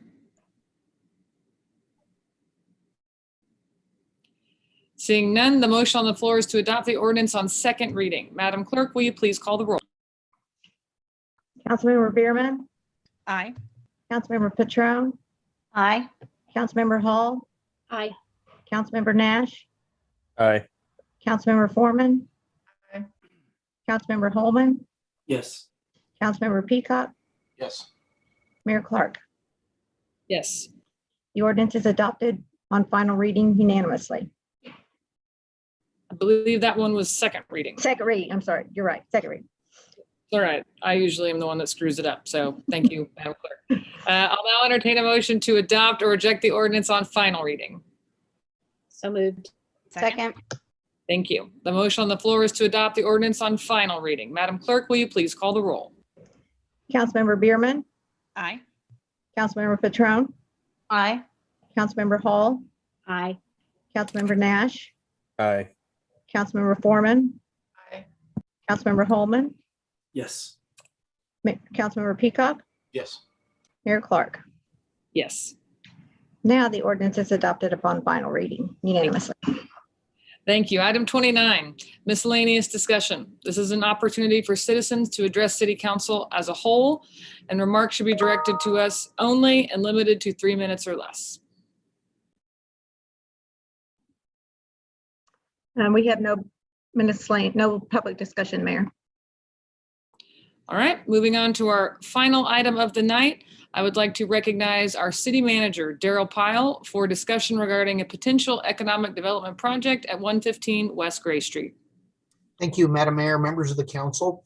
In the last few weeks, city staff and a member or two of the city council was approached by a going concern out of Oklahoma City that provides full immersion art experiences and provides a number of full-time jobs created from that activity and brings with it a large number of visitors and guests to that facility, which staff believes would be a big advantage to downtown Norman. The question was whether or not the city council would consider the utilization of city-owned building space on Gray Street, immediately adjacent and to the east side of the post office, for commercial development in some form or fashion.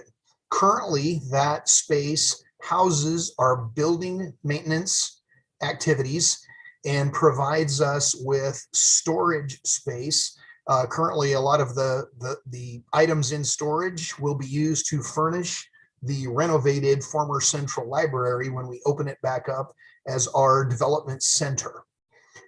What this proposal from the group from Oklahoma City would require, with council consensus, staff would begin to look for a replacement site to house our building maintenance operations and provide us with some storage space for short-term storage needs.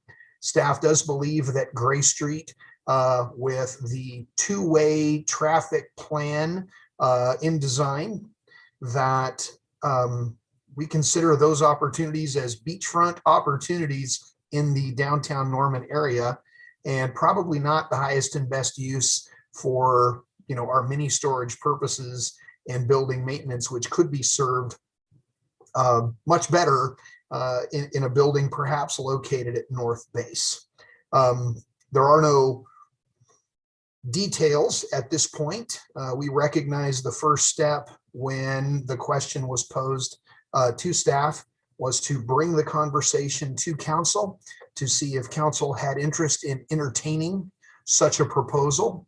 And if so, that would start in motion a handful of activities that would all go concurrently forward. One being staff's immediate task to search for housing solutions for building maintenance and storage, and two, began to develop conversations with the entity out of Oklahoma City known as Factory Obscura to see what that real property transaction may look like for the Gray Street property. It could be a long-term land lease. It could be a sale. It could be any flavor that council sees most appropriate if council decides that a higher and better use could be commercial development with job creation and the potential to bring visitors measured in the hundreds of thousands on an annual basis to your downtown. So we're happy to answer any questions council may have about the concept in as much detail as we are prepared, to share. We were given this in, kind of broad brush 30,000 foot view components, but we would be happy to drill down into this with council's concurrence. Lots of hands. Okay, I didn't see who went first, so I'll just go with Councilor Foreman. She's like, it was me. All right, then go for it. Let me get this out of the way. I love Factory Obscura in Oklahoma City. I think it would be a really good investment for us to move into Core Norman. I want to see more things like this start to do some infill into Core Norman and moving towards east. So I would be fine with city staff looking for alternative storage areas. Councilmember Foreman, and to that thought, one of the topics that city staff was very aware of was the historic nature of several properties in downtown Norman. And we do have some fantastic buildings, some of which are vacant that in our initial thought,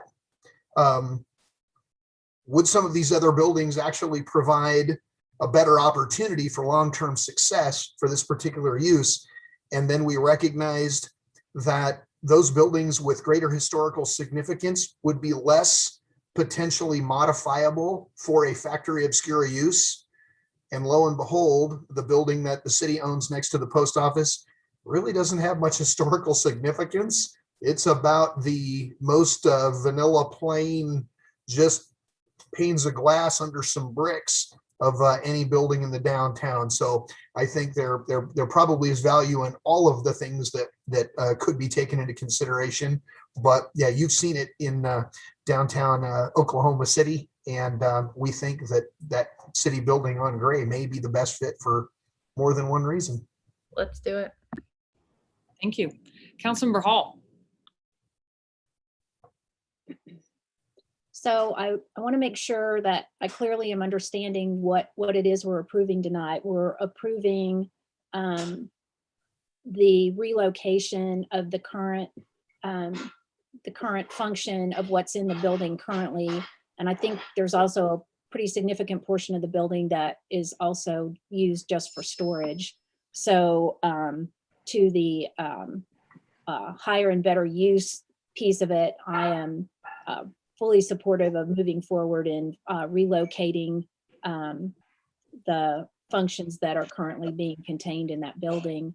And as to the second part, this is the preliminary support and or approval of learning more about the details of what might be needed. So this is not, this is just the first step in understanding what the potential is, what the positive benefit would be of having factory obscura in downtown Norman, which I also support, but we're really at the beginning of the conversation. Just want to make sure I understand what we're talking about tonight.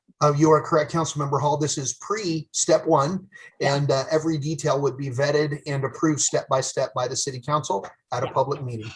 So I've actually had some comments from constituents about just what this was and the lack of any kind of supporting documentation that goes along with it. And so I think it's just important that we're really clear on how we're proceeding tonight. But I welcome this kind of activity in downtown Norman. It would enhance our current art scene, and I'm definitely interested in pursuing the conversation. Thank you, Councilmember. And thank you for clarifying that. I really appreciate staff coming to us so early in the process so we don't have to explain why time and efforts were spent on something we didn't know about. So thank you for clarifying that. Councilmember Bierman.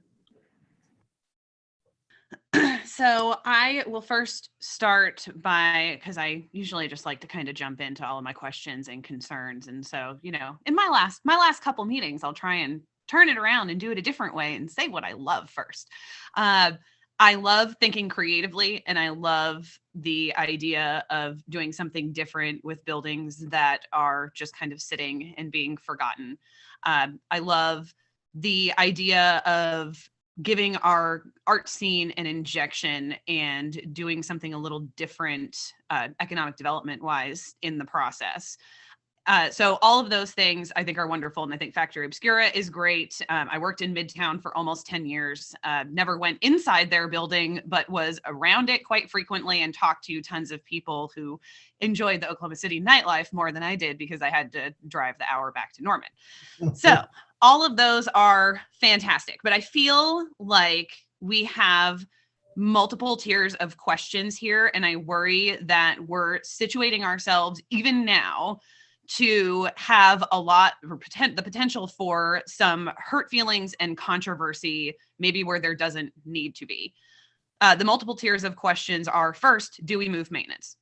Yeah, I feel like all these questions are kind of in and of themselves. Do we move maintenance to a better location to do maintenance type things? Do we want to be in the property leasing business? Once we have this empty building, do we want to lease it and be a landlord? or do we not? If not, do we want to use it for another city purpose, or do we want to sell it? And then the last is, does this particular project, is this the highest and best use of that space? And how do we best vet the possibility of other projects? And I feel like all of these things need to be considered independently. And that has always been my concern with the way projects have been brought up to the community in the past. Yes, we always have the opportunity of saying no, but in the process of even saying yes to starting the process, how have we engaged our community partners? Does even entertaining a specific company or a specific project for this space upset people? Do we have another art collective maybe already in town who maybe would have wanted to submit a bid for this space? When no one knows that an opportunity is available, no one has an opportunity to seize that opportunity. And, you know, this does not really do anything to undo some of the feeling that if you just know someone at City Hall, you can present them an idea and get a runway for it. So I want to bring all of those things up now, because what we're really talking about right now is, do we move maintenance and then maybe do anything with this building? So, because I think that's how we have value in these conversations, no matter where they lead. Being cognizant of our community partners and bringing them in, saying, we would love the idea of doing something with the arts. What could we do? You know, maybe this is the best idea, but maybe not. And what I would hate to have happen is, as we pursue this particular project, to be pelted with other ideas that maybe we should have considered at the particular checkpoints in the process. So I don't just want the public to be aware of what's going on. I think that we need to be very sure that we are really not getting ahead of ourselves and getting too excited about one particular occupant of that space before we know whether or not even we really want to. I think we need to have the conversation of whether or not we even want to be in the leasing and economic development business in this particular way. If so, then we have a great idea and could possibly move forward with Factory Obscura, which I think would be great, but involve the public at that point, instead of asking them to make all of these decisions all at once and provide us feedback on all of it all at once.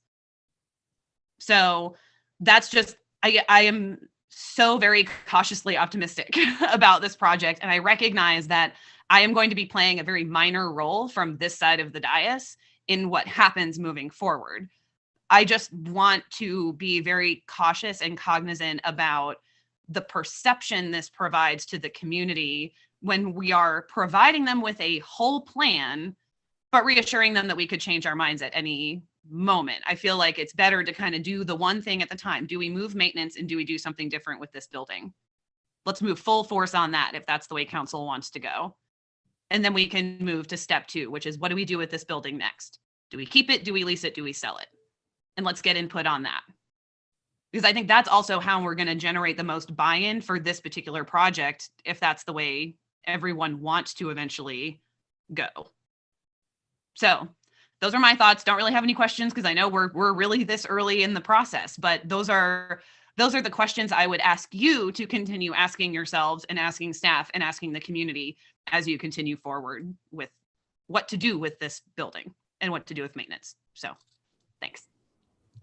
Excellent feedback. I think that'll be very helpful as we press on. Councilmember Holman.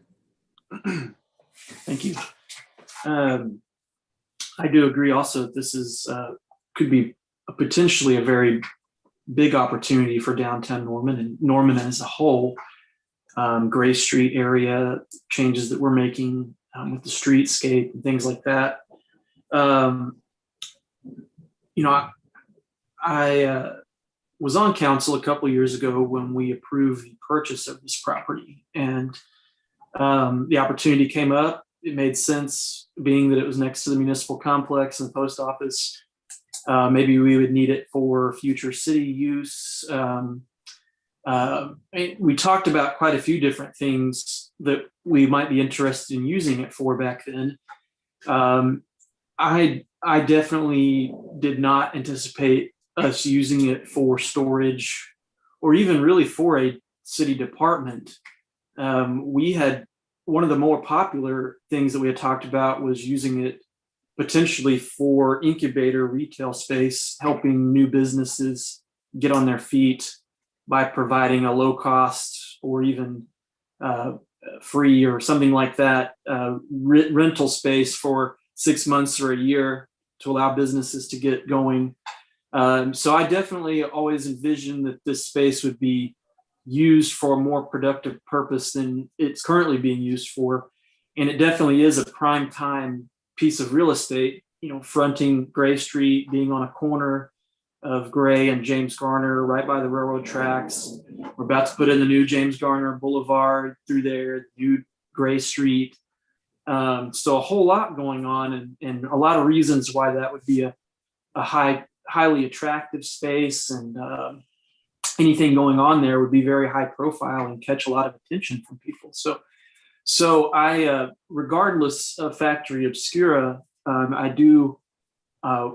I definitely prefer that we use that space for something else rather than storage. And the maintenance department, I know we've got some real fine people that work in that department, but a facility that might help them do their job better and be closer to some of our other similar type of departments and facilities maintenance and things like that, I think would make sense in the North Base area where we're moving a lot of our stuff, where we already have several city things. So I appreciate, city staff, city manager using the space that we have the best way we have and saving the city money.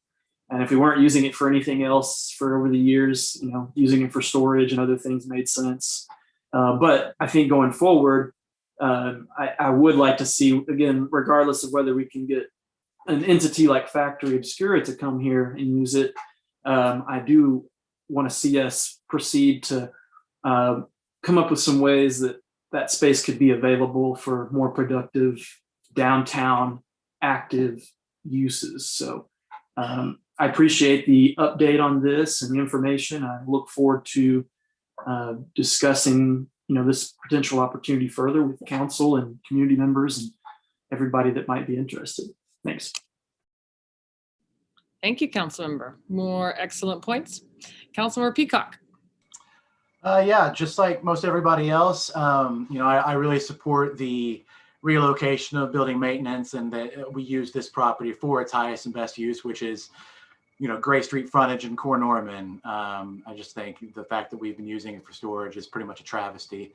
And I also support furthering these conversations with Factory Obscura. I think that could be a real catalyst for everything that goes on Gray Street over the next decade or two. And, I really think it's not necessarily about this one project, but what this one project can do for the rest of Gray Street. So I fully support continuing those conversations.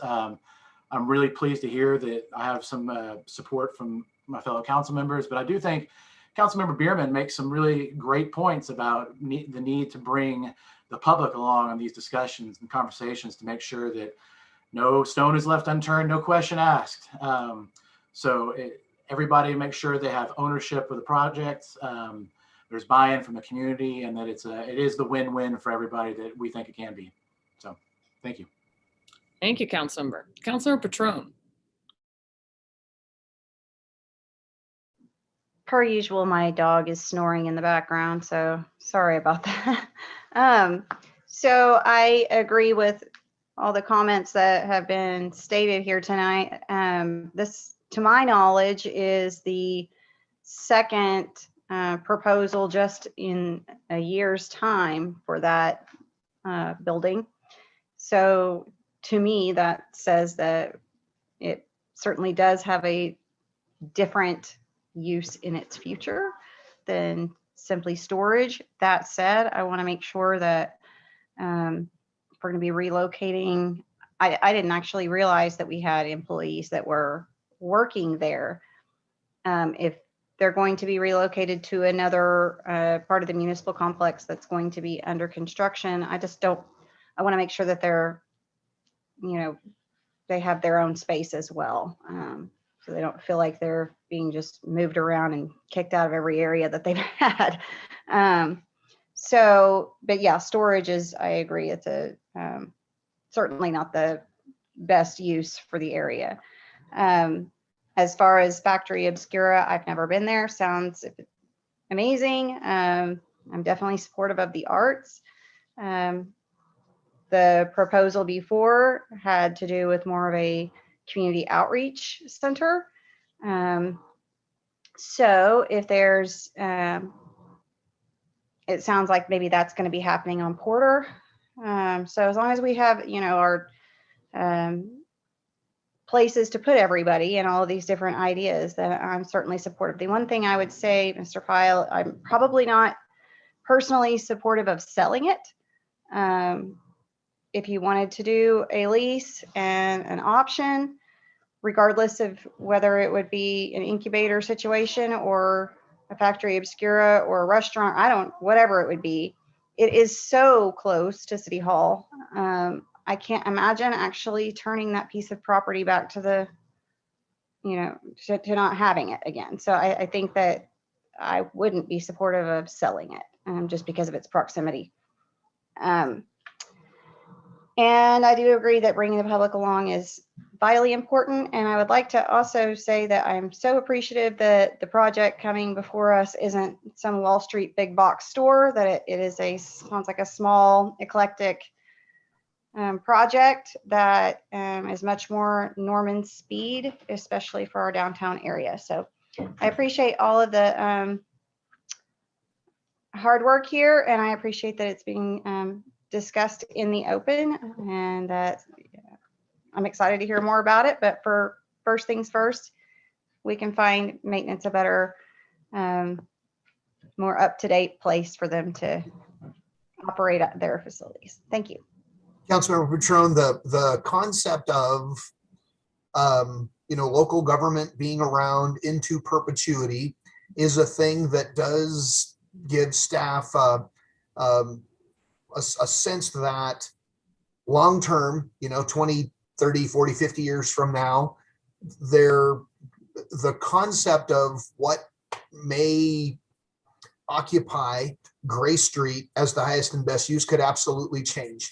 And the ability for us to retain ownership in there's probably a half a dozen varieties of leases. It could be just a ground lease. It could be, land and building, but we would anticipate a huge investment and expansion to the existing building. But if 25 years from now, those experiences are completely different, the fact that it is part of the campus footprint for municipal government, we think, holds value. Even, when we look at the post office as it currently sits as our next door neighbor, what will post office services look like 25 years from now? Could be completely different. So the ability to, retain that campus footprint for a much longer term, we think there is value in that. And there will be many conversations about all of the potential relationships that could still allow for the development and commercial utilization for the betterment of downtown, but long-term still provide the ownership in the control of the city of Norman. So we'll bring you those conversations as we go forward. Thank you. All right, Councilmember Foreman. My question is either for Sean or Daryl. Can you just remind me really fast when Gray Street's going two ways? Mr. O'Leary, please. Daryl, Sean is having microphone problems. So Mr. O'Leary did tell me that by this time next year, Gray Street's going to be a mess. So we'll be under construction in spring of 22. So the water line project is getting ready to wrap up, and then we'll be on to the next infrastructure piece. But this time next year, it'll be looking completely different out there. All right. And for all Normanites getting frustrated with the current construction, remember, that's progress, and it will be so much better when it is done, including a two-way Gray Street. Councilmember Nash, anything to add? Okay. You all have made excellent points, and I think we've given Mr. Pyle a lot to think about. I'd love to see EDAB involved. I will mention that I was on a call with White House staff last week with the U.S. Conference of Mayors, and we were discussing the American Rescue Plan. Notice that we have an idea of a number, but have had no conversations on how we're going to spend it. And that is because we have no details on how we can spend it. And I appreciate the White House being very intentional and taking their time and getting a lot of feedback from local government. And there was several comments, and mine included, that those funds should be used not just on infrastructure. And I giggled because one of the staff members mentioned that he had never known so much about stormwater projects until he started having these conversations with mayors. But we also want to be able to use it for economic development projects like this that will continue to pour into our community for years to come, long past COVID-19. So this is exactly the kind of project that we have and that I think could make a difference. I love the place of it. I love it seems like a better fit for the area, especially as we kind of rejuvenate that area. And fun fact, I was chatting with just residents about the possibility of a project like this. And one of them happened to work at the OU School of Art. Her jaw dropped and said, "Oh my gosh, our art students love that place. We take field trips to Oklahoma City to visit it. And man, if we could keep our own university students in our town, that would be awesome." And it also seems like a neat opportunity, regardless if it's Factory Obscure or someone else, to collaborate with OU. Maybe give them a featured wall for a student artist or something. I don't really know how it works. I haven't been, but my son has been to something like it. Meow Wolf. This is a thing now. It's the experiential art. I would rather go to something like that than have a physical birthday gift. And I think that's kind of the future. And I'm excited to see us having these conversations and taking our time with it, because clearly we want to do it right. So if there are no other questions or comments from council, seeing none. All right. Well, this meeting is adjourned. Please be weather aware, thunder and lightning. All right. Have a good night, everyone.